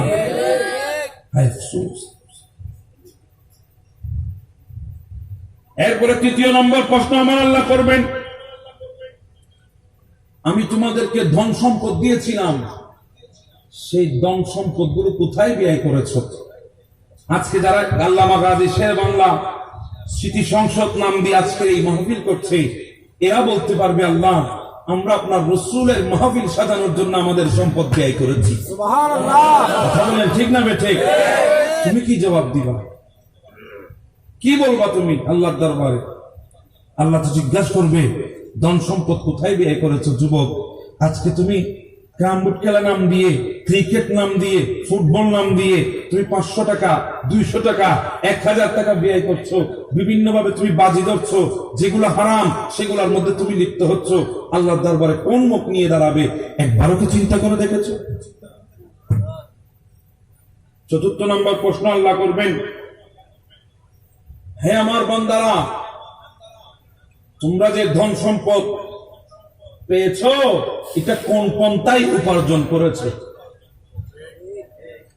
এটা কোন পন্থায় উপার্জন করেছ? এটা কি হালাল পন্থায় ছিল নাকি হারাম পন্থায় ছিল? পৃথিবীর বুকে সিসি ক্যামেরা ভুল বলতে পারে, পৃথিবীর বুকে সিসিটিভি ফুটেজ হয়তো আপনাকে ভুল দেখাতে পারে, কিন্তু আমার আল্লাহ কুদরতের সিসি ফুটেজ, সেখানের মধ্যে কোনো ভুল আসবে? কোনোদিনও আসবে না। প্রস্তুতি গ্রহণ করেন। কি করবেন আপনি? আল্লাহ দুটো সিসিটিভি ক্যামেরা তো আমার কাঁধের উপর দিয়েছেন। কথা বলেন ঠিক না? ঠিক। যেগুলোর ওজন হইতেছে 70 কেজি। কথা বলেন ঠিক কিনা? ও ঠিক বলে। ইনুর ওজন 70 কেজি না, ইনুর ওজন তোমার ঠিক করলেন দে, অথচ বেঁচে তো গিয়ে দিদি। এগুলোর কোন ওজন আছে? যেগুলোকে আল্লাহ কোরআনে বলছেন কিরামান কাতিবিনা ইয়ালামুনা মা তাফআলুন। কথা বলেন ঠিক না? ঠিক। সব জানে। কথা বলেন ঠিক কিনা? সব দিচ্ছে। আপনাকে যখন আমলনামা কিয়ামতের ময়দানে দিবি, তখন আপনি নিজেই আশ্চর্য হয়ে যাবেন, কারণ আপনি কখন কি করেছেন আপনিও জানেন না, আপনার সামনে সব চলে এসেছে। কি করবেন তখন? একবার চিন্তা করে দেখেন। এরপরে আল্লাহ প্রশ্ন করবে আমাদেরকে। পঞ্চম নাম্বার প্রশ্ন, ওয়া মাযা আমিলা ফীমা ইলমা। ও আমার বান্দা, যাদেরকে আমি ইলম দান করেছি, তোমরা সেই ইলমটা কোথায় ব্যয় করেছো? হক কথা কি বলেছো নাকি না হক কথা বলেছো? আজকে যে সমস্ত হুজুর টাকার বিনিময়ে হককে গোপন করে আমার নবীর শানে বিয়াদবি করছে, সবার খবর আছে। কথা বলেন ঠিক না? আওয়াজে বলেন ঠিক কি না? আর যারা সুন্নিরা নিজের জানের তোয়াক্কা ছেড়ে দিয়ে হক কথা বলছে, দিনের পর দিন ময়দানে কাজ করছে, সেদিন তারা নাচ করবে, সিনা গুলি আল্লাহর দরবারে দাঁড়াবে, কারণ আমরা মদকে কবুল করে নিয়েছি কিন্তু হককে ছাড়ি নাই। কথা বলেন ঠিক না? সেজন্য প্রস্তুতি গ্রহণ করেন এখন থেকে। আল্লাহর সম্মুখীন হবেন, কি নিয়ে হবেন, কিভাবে হবেন, কোথায় যাবেন, কেমন করে যাবেন, এটা আপনারা একটু চিন্তা করে দেখেন। আজকে তো বড় আফসোসের বিষয় কি জানেন? আমাদের দেশে দ্বীনি শিক্ষা প্রতিষ্ঠান নাম দিয়েছে, নাম দিয়ে সেখানের মধ্যে আজকে ছোট্ট ছোট্ট ছেলেদেরকে নির্যাতন করা হচ্ছে। কথা বলেন ঠিক কিনা? এগুলা দেখে আজকে নাস্তিকরা, ব্লগাররা আজকে ইসলামের শিক্ষাকে হেয় করছে, ইসলামের শিক্ষাকে আজকে তারা সমাজের মধ্যে অপব্যাখ্যা বলে আজকে তারা চালিয়ে দিচ্ছে। আমি বলতে চাচ্ছি, যে সমস্ত হুজুর গালের মধ্যে দাড়ি রেখে মাথায় টুপি দিয়ে আমার নবীর আদর্শ থেকে বিমুখ হয়ে দুনিয়াবাজি করছে, যারা আমার নবীর শানে বিয়াদবি করছে, তাদের দ্বারা সমাজ পরিবর্তন হবে না, তাদের দ্বারা সমাজ পরিবর্তন হবে না। তারা হচ্ছে 1 নম্বর এই বাংলাদেশের জন্য বড় হুমকি। কথা বলেন ঠিক না? এরা মুসলমান নয়, এরা মুসলমান নয় যারা ছোট্ট ছোট্ট সন্তানদের কাছে বলাৎকার করছে। বাবা জানেন, লূত আলাইহিস সালাম আল্লাহর ওলি, আল্লাহর নবী হযরত লূত আলাইহিস সালাম, যিনি ইব্রাহিম আলাইহিস সালামের ভাতিজা। হযরত লূত আলাইহিস সালামের একটা সম্প্রদায় ছিল, কওমে লূত যাকে বলা হয়, লূত আলাইহিস সালামের উম্মত। এদেরকে আমার আল্লাহ ধ্বংস করে দিয়েছেন একমাত্র এই বলাৎকারের কারণে। কথা বলেন ঠিক না বেঠিক? এটা কোরআনের মধ্যে আছে হযরত লূত আলাইহিস সালামের ঘটনা। কেন কওমে লূতকে আল্লাহ ধ্বংস করেছেন? কেন জিবরিল সেই কওমে লূত যেখানে বসবাস করত সেই জমিনটা উপরে তুলে আবার নিচে নিক্ষিপ্ত করেছে, ধ্বংস করে দিয়েছে, দুঃসাত করেছে? তার একটাই কারণ, বলাৎকার করেছে। বলাৎকার করেছে। যারা বলাৎকারের মতো ঘৃণিত কাজ করতে পারে এরা মুসলমান নয়, এরা ইহুদিদের এজেন্ট। কথা বলেন ঠিক না? এরা মুসলমান হতে পারে না। বড় আফসোস, বড় আফসোস। আপনাদের হাঁটাজারির ঘটনা এই কিছুদিন আগে দেখবেন আপনারা, এই পর্যন্ত কি কোন সুন্নি প্রতিষ্ঠানে এই ধরনের কোন কার্যকলাপ দেখেছেন? কারণ কি জানেন? কারণ হলো, যেখানে নবীর প্রেম থাকবে, নবীর আদর্শ থাকবে, সেখানে দুনিয়ামুখী হওয়ার কোন সুযোগ নাই। কথা বলেন ঠিক না? ঠিক। যেখানে নবীর প্রেম থাকবে না, সেখানে সব সময় তারা দুনিয়ামুখী থাকবে। আজকে বড় দুঃখনীয় বিষয় হলো, গাড়িতে আসার সময় একটা ভিডিও দেখে বড় কষ্ট পেলাম, আমার অন্তরটা ভারী হয়ে উঠলো। সে জিনিসটা কি জানেন? একজন ছেলে নাচ করছিল একটা মাহফিলে, সেই মাহফিলটা হলো আহলে হাদিস দ্বারা, মাহফিলটা হচ্ছে আহলে হাদিসের কর্তৃত্বে মাহফিল। সেই মাহফিল একজন ছেলে কত সুন্দর আমার নবীর শান বলছিল, হঠাৎ করে তারা এমন ভাবে তেলে বেগুনে জ্বলে উঠলো, মনে হলো সে সেখানে গিয়ে একটা গান গেয়ে দিল, অশ্লীল গান গাইলো, দেশের মধ্যে অশ্লীল গান গাইলো। এখন এবার এই প্রতিক্রিয়া জানাই না, যেভাবে তারা একজন শায়ের, একজন নাচ খাঁ আমার নবীর শান গাওয়াতে তারা যে প্রতিক্রিয়া জানিয়েছে, তারা মাইক থেকে নামাই দিছে। নাচটা কি জানেন? জন্ম আমার নবীর যুগে হলে কেমন হতো, জন্ম আমার নবীর যুগে হলে কেমন। এটা একজন আশিকের তামান্না। যদি আমার নবীর যুগে আমার জন্মটা হতো, সিদ্দিক আকবর যেভাবে নবীর চেহারা দেখে দেখে একটানা করে নামাজ পড়েছে, হয়তো আমিও পড়তে পারতাম। নবীর যুগে যদি আমার জন্ম হতো, উহুদের ময়দানে আমির হামজা নিজের শরীরকে নবীর প্রেমে 700 টুকরা করেছে, হয়তো আমিও করতাম। কথা বলেন ঠিক না বেশি? এটা আশিকের অন্তরের তামান্না। আশিকের কথা বলছিলাম, আশিকে বুঝবে, আশিকের কথা কোনো দুনিয়াবাজে বুঝবে না। আমার মুখে মুখে পড়তে পারবেন তো? একটু মহাব্বতে। জন্ম আমার নবীর যুগে হলে কেমন, জন্ম আমার নবীর যুগে হলে কেমন, দুনয়নে রাসূল পাক দেখলে কেমন হতো, দুনয়নে রাসূল পাক দেখলে কেমন হতো, জন্ম আমার নবীর যুগে হলে কেমন হতো। আপনাদের কি কষ্ট হচ্ছে মনে হয়? আমার নবীকে দেখার ইচ্ছা আমাদের আছে না নাই? কথা বলেন, আছে না নাই? রাসূল পাক দেখিলে কেমন হতো, দুনয়নে রাসূল পাক দেখিলে কেমন হতো, জন্ম আমার নবীর যুগে হলে কেমন হতো। আল্লাহু আকবার। আসত বেশি হাজিরতে বিলালের মধুর আযান, যে আযানে ছিল এমন প্রেমে মুগ্ধ রহমান,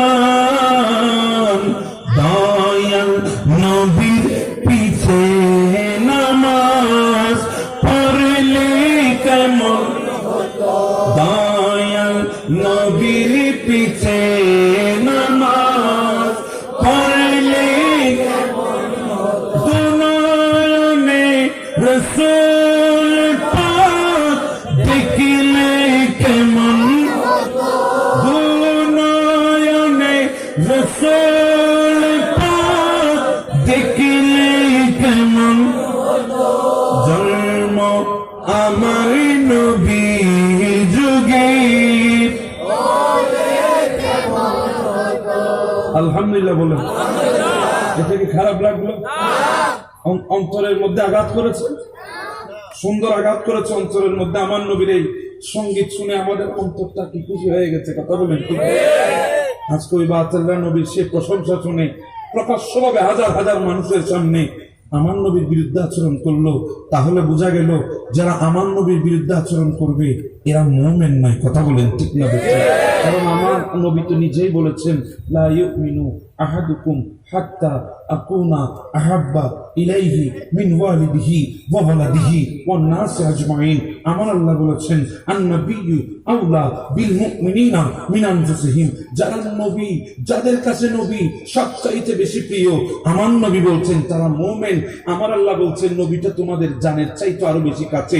তাহলে বোঝা গেল যারা নবীকে জানের চাইতে বেশি মহব্বত করবে তারাই মুমিন। যারা নবীর ক্ষেত্রে বিভিন্ন ভাবে বেয়াদবি করবে সবাই মুনাফিক, সবাই 2 নম্বর। কথা বলেন ঠিক না? সে যে হোক না কেন কোন ছাড়। আল্লাহ পাক আমাদেরকে বুঝার তৌফিক দান করে দিন। আরো জোরে বলেন না আমিন। একটু মহব্বতে বলেন না আমিন। আমার বাবারা, আজকে থেকে আমরা হালাল ভাবে রুজি রোজগার করব। কথা বলেন পারবেন তো ইনশাআল্লাহ? হালাল রুজি রোজগার করলে আমার রাসূল একটা পুরস্কার ঘোষণা করেছেন। আপনাদের অসুবিধা হবে মনে হয়, আলোচনা দীর্ঘ হয়ে গেলে অসুবিধা হবে। আমার নবী একটা পুরস্কার ঘোষণা করেছেন। আমার নবী বলছেন, তিরমিজি শরীফের হাদিস, হাদিস কানা আমার নবীর জলিলুল কদরের সাহাবী হযরত আবু সাঈদ খুদরি রাদিয়াল্লাহু তাআলা বর্ণনা করছেন। আমি সংক্ষিপ্ত করে বলছি। আমার নবী বলছেন, যেই ব্যক্তি হালাল ভাবে রুজি রোজগার করেছে, আমি নবীর সুন্নত পন্থায় চলেছে, যেই ব্যক্তি কাউকে কোনো কষ্ট দেয় নাই, আমার নবী বলছে আমার আল্লাহ তার জন্য জান্নাত একটা প্রাসাদ নির্মাণ করে রেখে দিয়েছে। হালাল ভাবে কি করেছে? উপার্জন করেছে, নবীর সুন্নত মোতাবেক চলেছেন। যার হাত থেকে, জুবান থেকে অন্য মানুষ নিরাপদ ছিল, তার জন্য আল্লাহ জান্নাত রেখে দিয়েছে। কত বড় পুরস্কার! এর চাইতে বড় পুরস্কার কি পৃথিবীর জমিন আর হতে পারে? কথা বলেন, হতে পারে? এর চাইতে বড় পুরস্কার আর নাই। সেজন্য বলছি, হালাল ভাবে রুজি রোজগার করবেন, হালাল ভাবে চলবেন, হালাল ভাবে আল্লাহর দরবারে যদি খেয়ে হালাল ভাবে পরিধান করে আল্লাহর দরবারে যদি ফরিয়াদ করতে পারেন, আপনার ফরিয়াদটা আল্লাহ কবুল করে নেবেন। আজকে অনেকে বলে না, হুজুর আপনারা এত দোয়া করতেছেন, কবুল হইতেছে না, কি বলে? কি বলে না? হুজুর আমরা এত, আমাদের দেশে দেখুন অনেক মসজিদ আছে, টাইলস ছাড়া একটা মসজিদও নেই। কথা বলেন ঠিক না বেশি? সবগুলো টাইলস আছে, বিভিন্ন ভাবে কার্পেটিং করা আছে, এত সুন্দর মসজিদ, এরপরে দোয়া কবুল হয় না কেন? আমি বলবো কারণ হলো, বাবা আমাদের দেশে এখন নামাজই আছে কিন্তু মুসল্লি নেই। কথা বলেন ঠিক না বেশি? নামাজই আছে কি নাই? মুসল্লি নেই। আমরা এখন মসজিদে যাই মানুষকে দেখানোর জন্য। কথা বলেন ঠিক না বেশি? আমরা এখন হজ করি মানুষ আমাকে হাজী সাহেব বলুক এই জন্য। আমরা এখন দান সৎকা করি মানুষ আমাকে দানবীর বলুক এই জন্য। লোক দেখানো। আমার বাবারা, যে ইবাদতের মধ্যে রিয়া থাকবে, লৌকিকতা থাকবে, ওই রিয়া এবং লৌকিকতা যে ইবাদত, এগুলা শিরকে আসগর। এগুলা কি? শিরকে আসগর। লোক দেখানো, এগুলা শিরকে আসগর। রিয়া একটা শিরকে আসগর। শিরকে আসগর মানে ছোট শিরিক। তো এই ছোট শিরিক থেকে একদিন বড় শিরিক হয়ে যাবে, ঈমান চলে যাবে, আপনি বলতে পারবেন না।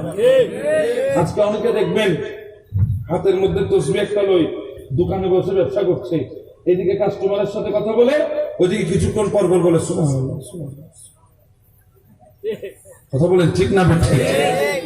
এদিকে তসবিহ টানে, ওদিকে কাস্টমার সাথে কথা বলে, তসবিহ হাতে, সুবহানাল্লাহ মুখে, সেখানে বলে আল্লাহর কসম করে বলতেছি মালিটা আমার 30 টাকা কিনা আছে, কিন্তু কিনা হইতেছে মাত্র 20 টাকা। আছে না নাই? কথা বলেন আছে না নাই? আফসোস।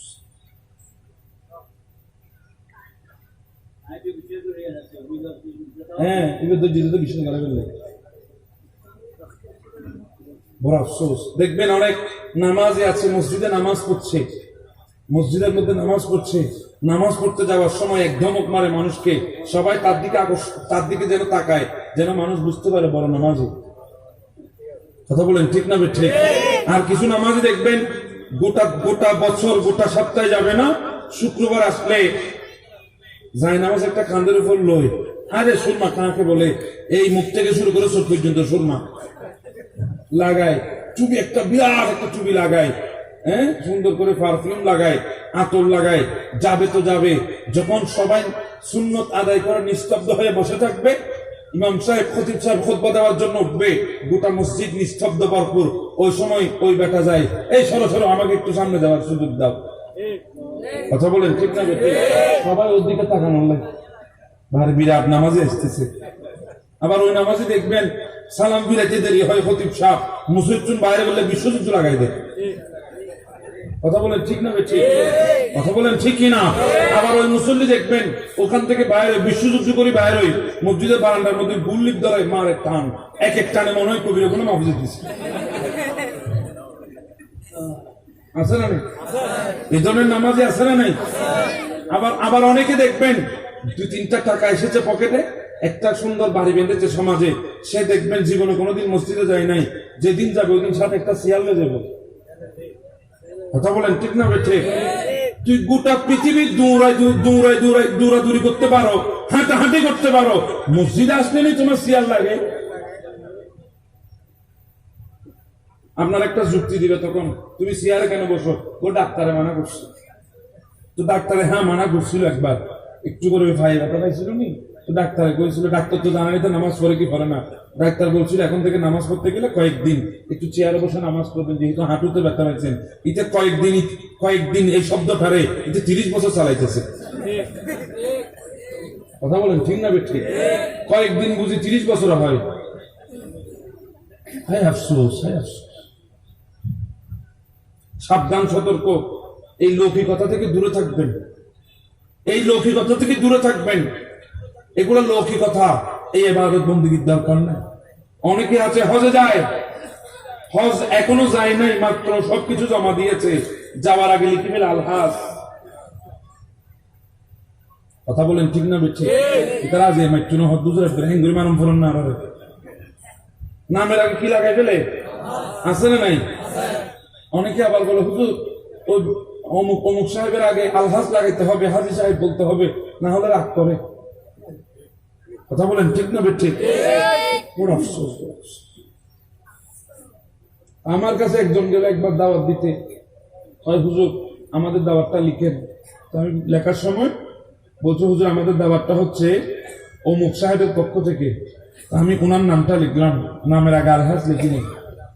এরা আমার বলতো হুজুর তাড়াতাড়ি আলহাজ লেখেন, যদি আলহাজ না লেখুন রাগ করে।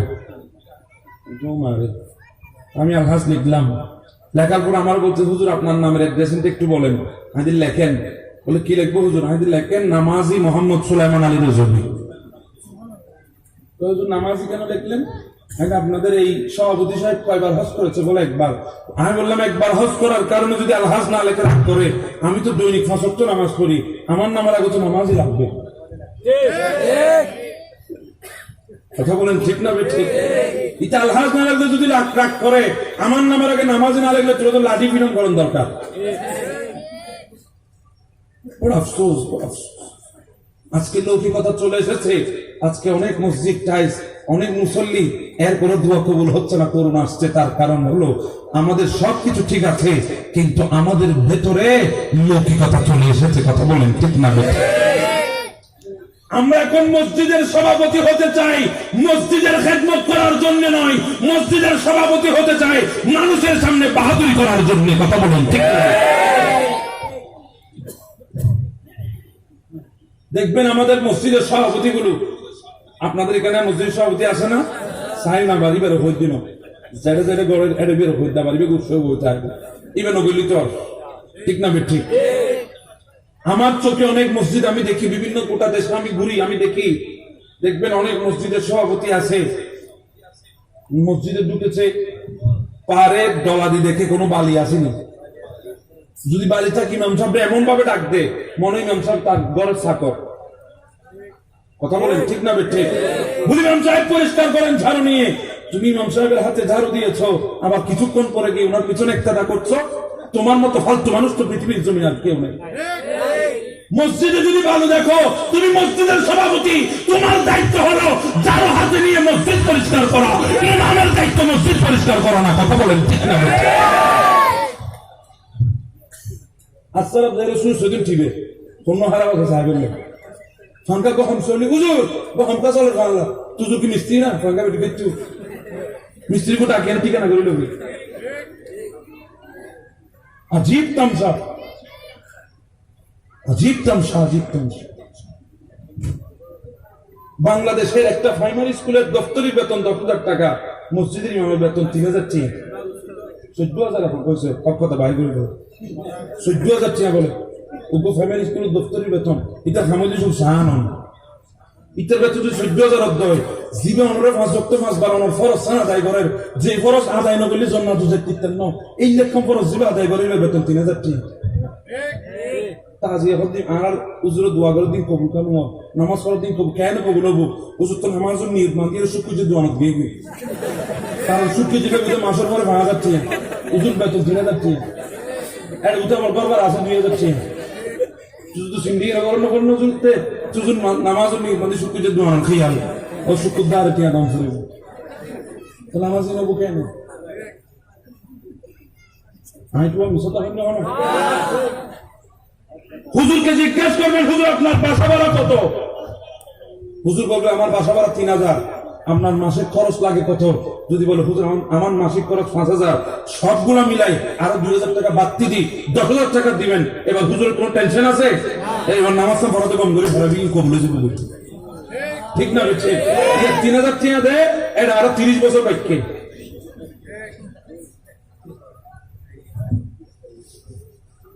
ইতে হামার দেয় মাসে 2 লাখ টাকা, ইতার হাসে যদি 3,000 টাকা যায় 30 বার জম পড়ে মাসে হামার।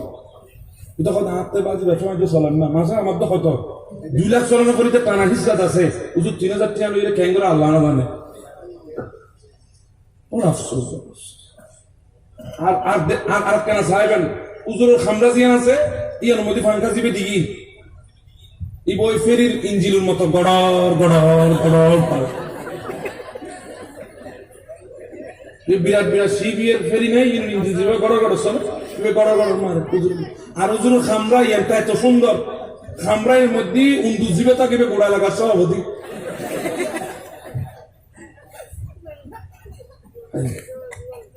মহারাজ দেশের অবস্থা। হুজুরকে সুন্দর কামরা দিবেন, এতলে বসে হুজুর ফজর রাজান গুরু যাবে মিথ্যা আছে কেন গড় গড় মাধ্যমে গুনতে। আবার মসজিদের দান খয়রাতের জন্য ওয়াজ করাইতেছে হুজুর দি, মসজিদ টাচ করার জন্য ওয়াজ করাইতেছে হুজুর দি। হুজুর টাকা পয়সা যদি টাচ করাইলো, ফাঙ্কা লাগাইলো, লেট লাগাইলো, হুজুরের কামরার মধ্যে গড় গড় বেশি চলে যায়।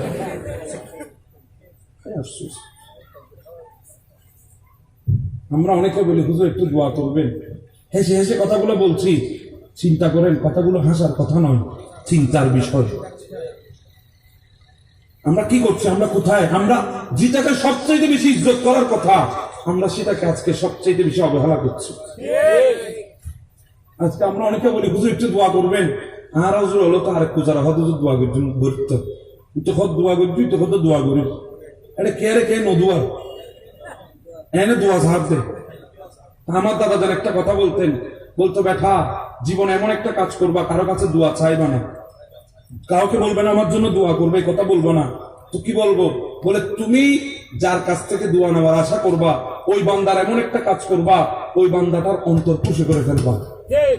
বান্দাটার অন্তর যদি খুশি হয়ে যায়, হুজুর আমার জন্য দোয়া করেন এই কথা বলতে হবে না, অটোমেটিক্যালি দোয়া অন্তর থেকে বাহির হয়ে যাবে, যেটা আমার আল্লাহর দরবারে কবুল। এখন হয়তো দোয়া করবি হুজুর হয়তো করি ইয়ার কেন দোয়ার আবার ইয়ার হম পড়ানো বা হুজুর ঈদের সামনে ঈদে গিয়ে বহুত বিদেশি ফল আসন আসতে সময় বউ লেখান শাড়ি আনতে হুজুর বউ লেখান লই আইবা আনি ধর নিয়ে নাই বাবির লাইন নিদি কিংবা শাশির লাইন নিলেন কিংবা মুরব্বীর লাইন নি হুজুর অন্তরিয়া খুশি নয়, চার নামাতে খুশি নয়। হুজুর আপনি তো 30 বছর আমাদের মসজিদের কাছে আবাদগিরি করেছেন, ইমামতির দায়িত্ব পালন করেছেন, হুজুর আপনি তো একটা ঘর ভাবতে পারেন নাই। আমরা সবাই আলহামদুলিল্লাহ আপনার দোয়াই আজকে সমাজের মধ্যে সবাই ভাগ কাগর, আপনার একটা ভাগ কাগর আমরা সবাই মিলে ভাঙে দিব। একথা জীবনে তো হইতো না, ফাইল হুজুরের যে মেরিট আছে ইয়ে মায়ের বেড়া বাঁধে দিব।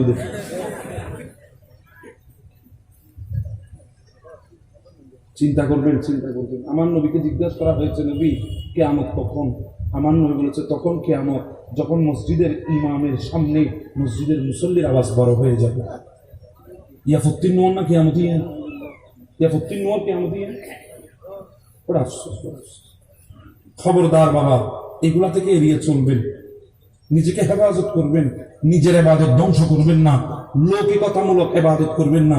রিয়া মুক্ত ইবাদত করবেন, প্রয়োজন হলে অল্প আমল করবেন, অল্প করবেন, তাও রিয়া মুক্ত থাকতে হবে। আপনি মসজিদের সভাপতি সেক্রেটারি হলে মনে করবেন না সেটা আমি খবরদারি করার জন্য হয়েছি, এটা মনে করবেন না। মনে করবেন না মসজিদের সভাপতি সেক্রেটারি মানি আমাকে মসজিদটা ছাড়া দিতে হবে, মসজিদের খেদমত করতে হবে, মসজিদে আমাকে আগে ভাগে আসতে হবে, মসজিদে এসে আমাকে মসজিদে মানুষকে নামাজ পড়ার জন্য ব্যবস্থা করে দিতে হবে। এটার মানই হচ্ছে মসজিদের সভাপতি মুতওয়াল্লি। কথা বলেন ঠিক না? এখন দ্বারা আছে না, বহুত মসজিদ আছে দিয়ে বান্ধে মসজিদ সভাপতির স্যান্ডেল লেভেলে মুয়াজ্জিনের বাধ্য করে, আছে না? নেই নাই? আবার এটা কিছু যে একটা দাও করে কিছুক্ষণ আগে জোতা খানি ইয়া যে একটা দাও তো আর মুরব্বী দুঃসদ্য খানলা বেগুলো চেহারা চলে গিয়ে ওটা তারা মজা লাগে হয়তো জিন করি নাম তো লাগুন না। এখন আরেকটা অভ্যাস, আমাদের মসজিদগুলো এখন মন্দির হয়ে গেছে, মন্দির, খ্রিস্টানদের মন্দির। টাইমে টাইমে খুলে, এক সেকেন্ড আগেও খুলে না। জোহরের ওয়াক্ত হলে 10 মিনিট আগে খুলে, আসরের ওয়াক্তে 10 মিনিট আগে খুলে, মাগরিবের ওয়াক্তে 10 মিনিট আগে খুলে, এশারের ওয়াক্তে 10 মিনিট আগে, নামাজ শেষ হবে আগে বাঁধি দিই। এটা আবার মুয়াজ্জিনের ইমাম যাইরে গিয়া স্কেল মারে, মানে তোরা হদ্দ শহরে শরীফের বাইরে চলে তুলে দিয়ে লই দিল না ইতে বাইরে নলি ফাঙ্গালি আর কানা কোরাস মারে,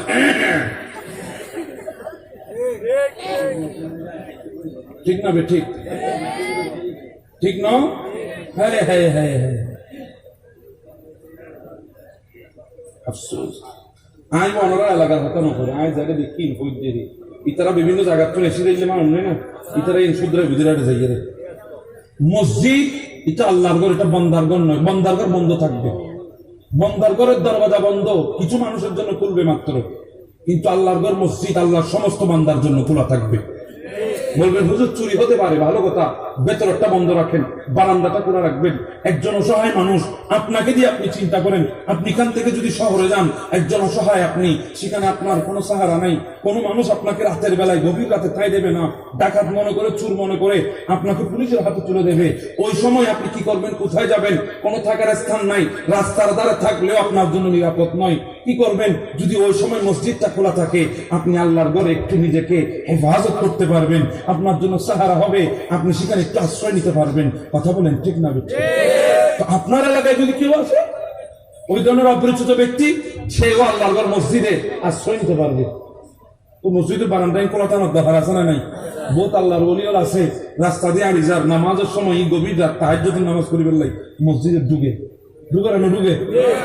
আর মসজিদ দিন আল্লাহর বলি কিনা, কিন্তু ঢুকে নামাজ পড়ে। ওই আল্লাহর বলিটা যদি নামাজ পড়তে পারে, ওনার নামাজ যদি কবুল হয় সমাজে, ওনার কারণে আপনাদের সমাজে, আপনাদের মসজিদে আল্লাহর রহমত বিরাজমান থাকবে। মসজিদ বাঁধবেন না, অন্ততপক্ষে বারান্দাটা খোলা রাখবেন, সারা রাত ব্যাপী খোলা থাকবে, 1 সেকেন্ডের জন্য থাকবেন না। আরো সবচেয়ে বড় মারাত্মক দেখবেন, এশারের নামাজ শেষ, মসজিদের বাহিরের যত লাইট আছে সমস্ত লাইট বন্ধ করে দেবে। সভাপতি আরোগ্য জ্বালাই তাইলে মসজিদ উদ্দি গরমে যাবে, অথচ সঙ্গে সভাপতি বিরাট করে করবেন দিতে গোড়া বাউন্ডারি সমন্দরে 300 লাইট দিই এই বেগুন জ্বালাই দেখি ওইটার ঘরে সুন্দর থাকবে। তো আপনার ঘর সুন্দর থাকবে, আল্লাহর ঘর অন্ধকার থাকবে, এটা তো কোনো মুসলমান মানতে পারে না। কথা বলেন ঠিক না? বিদ্যুৎ বিল কত আসবে, কত বিদ্যুৎ বিল আসবে? আমার আল্লাহর ঘর মসজিদের জন্য নিজের জীবনটা দিতে রাজি আছি, সেখানে বিদ্যুৎ বিল কি আসে আর যায়? কথা বলেন ঠিক না? মসজিদের সমস্ত লাইট জ্বালাই দিবেন, দূর থেকে দেখে মুমিনের অন্তর কিছু হয়ে যাবে। আহা, এটা মসজিদ কত সুন্দর দেখায়, লাইটগুলো জ্বালায় রাখবেন, বাহিরের লাইটগুলো, মসজিদ দেখতে সুন্দর লাগে। যে গড়টার জন্য সমাজে এখন আল্লাহর রহমত আসতেছে, ওই গড়টাকে আমরা অবহেলা করছি। কথা বলেন ঠিক না? বড় আফসোস। আরেকটা মারাত্মক সব আর হুজুর অলবাজি, আরে দেবেন জি আর মসজিদের ইমাম মুয়াজ্জিন তো টয়লেটের চাবি দিলি মনে হয় যে পুরা রাষ্ট্র চাবি দিয়ে ফেলে ইবার তো উদ্য মানুষ দূরত্ব নাই, যদি হয়ে যায় একটা নাই ওয়াশরুম যেমটা ইবে জাহিঙ্গরি সাহেব মুয়াজ্জিনের ইমাম সাহেব ইবে জাহিঙ্গরি সাহেব মনে হয় দিবি ইয়াবা মামলার দ্বারা আইয়ে, ঠিক না? ঠিক আঘাত করা সাহেব আলাইয়ের মাফি ফেলা রে, কি আশ্চর্য! ওয়াশরুম কেন বন্ধ রাখবেন আপনি? একজন মুমিনের ইজ্জত আল্লাহর জমিনে কোটি গুণ বেশি। কথা বলেন ঠিক না? বেশি। ওই মুমিনটার হাজত আসলো, রাস্তা দিয়ে যাচ্ছে, যদি মসজিদের ওয়াশরুম গুলো যদি খোলা থাকে, ওখানে ঢুকে অন্তত পক্ষে হাজতটা সারতে পারবে, মুমিনের ইজ্জতটা বাঁচবে। কথা বলেন ঠিক না? বেশি। হাজত এর চাইতে বড় কোনো মুশকিল নাই, মুসিবত নেই। কথা বলেন ঠিক কিনা? এর চাইতে বড় কোনো মুসিবত নাই। মুমিন যদি রাস্তাঘাটে যদি হাজত হয়ে যায়, এটা বেজ্জুত না? তো আচ্ছা, আপনাদের মসজিদে ঢুকে একটু হাজত করতে পারবে, ওই মানুষটার অন্তর থেকে দোয়া আসবে না? এই দোয়া হয় বললে ফান্টাইন গরম করে দেবে।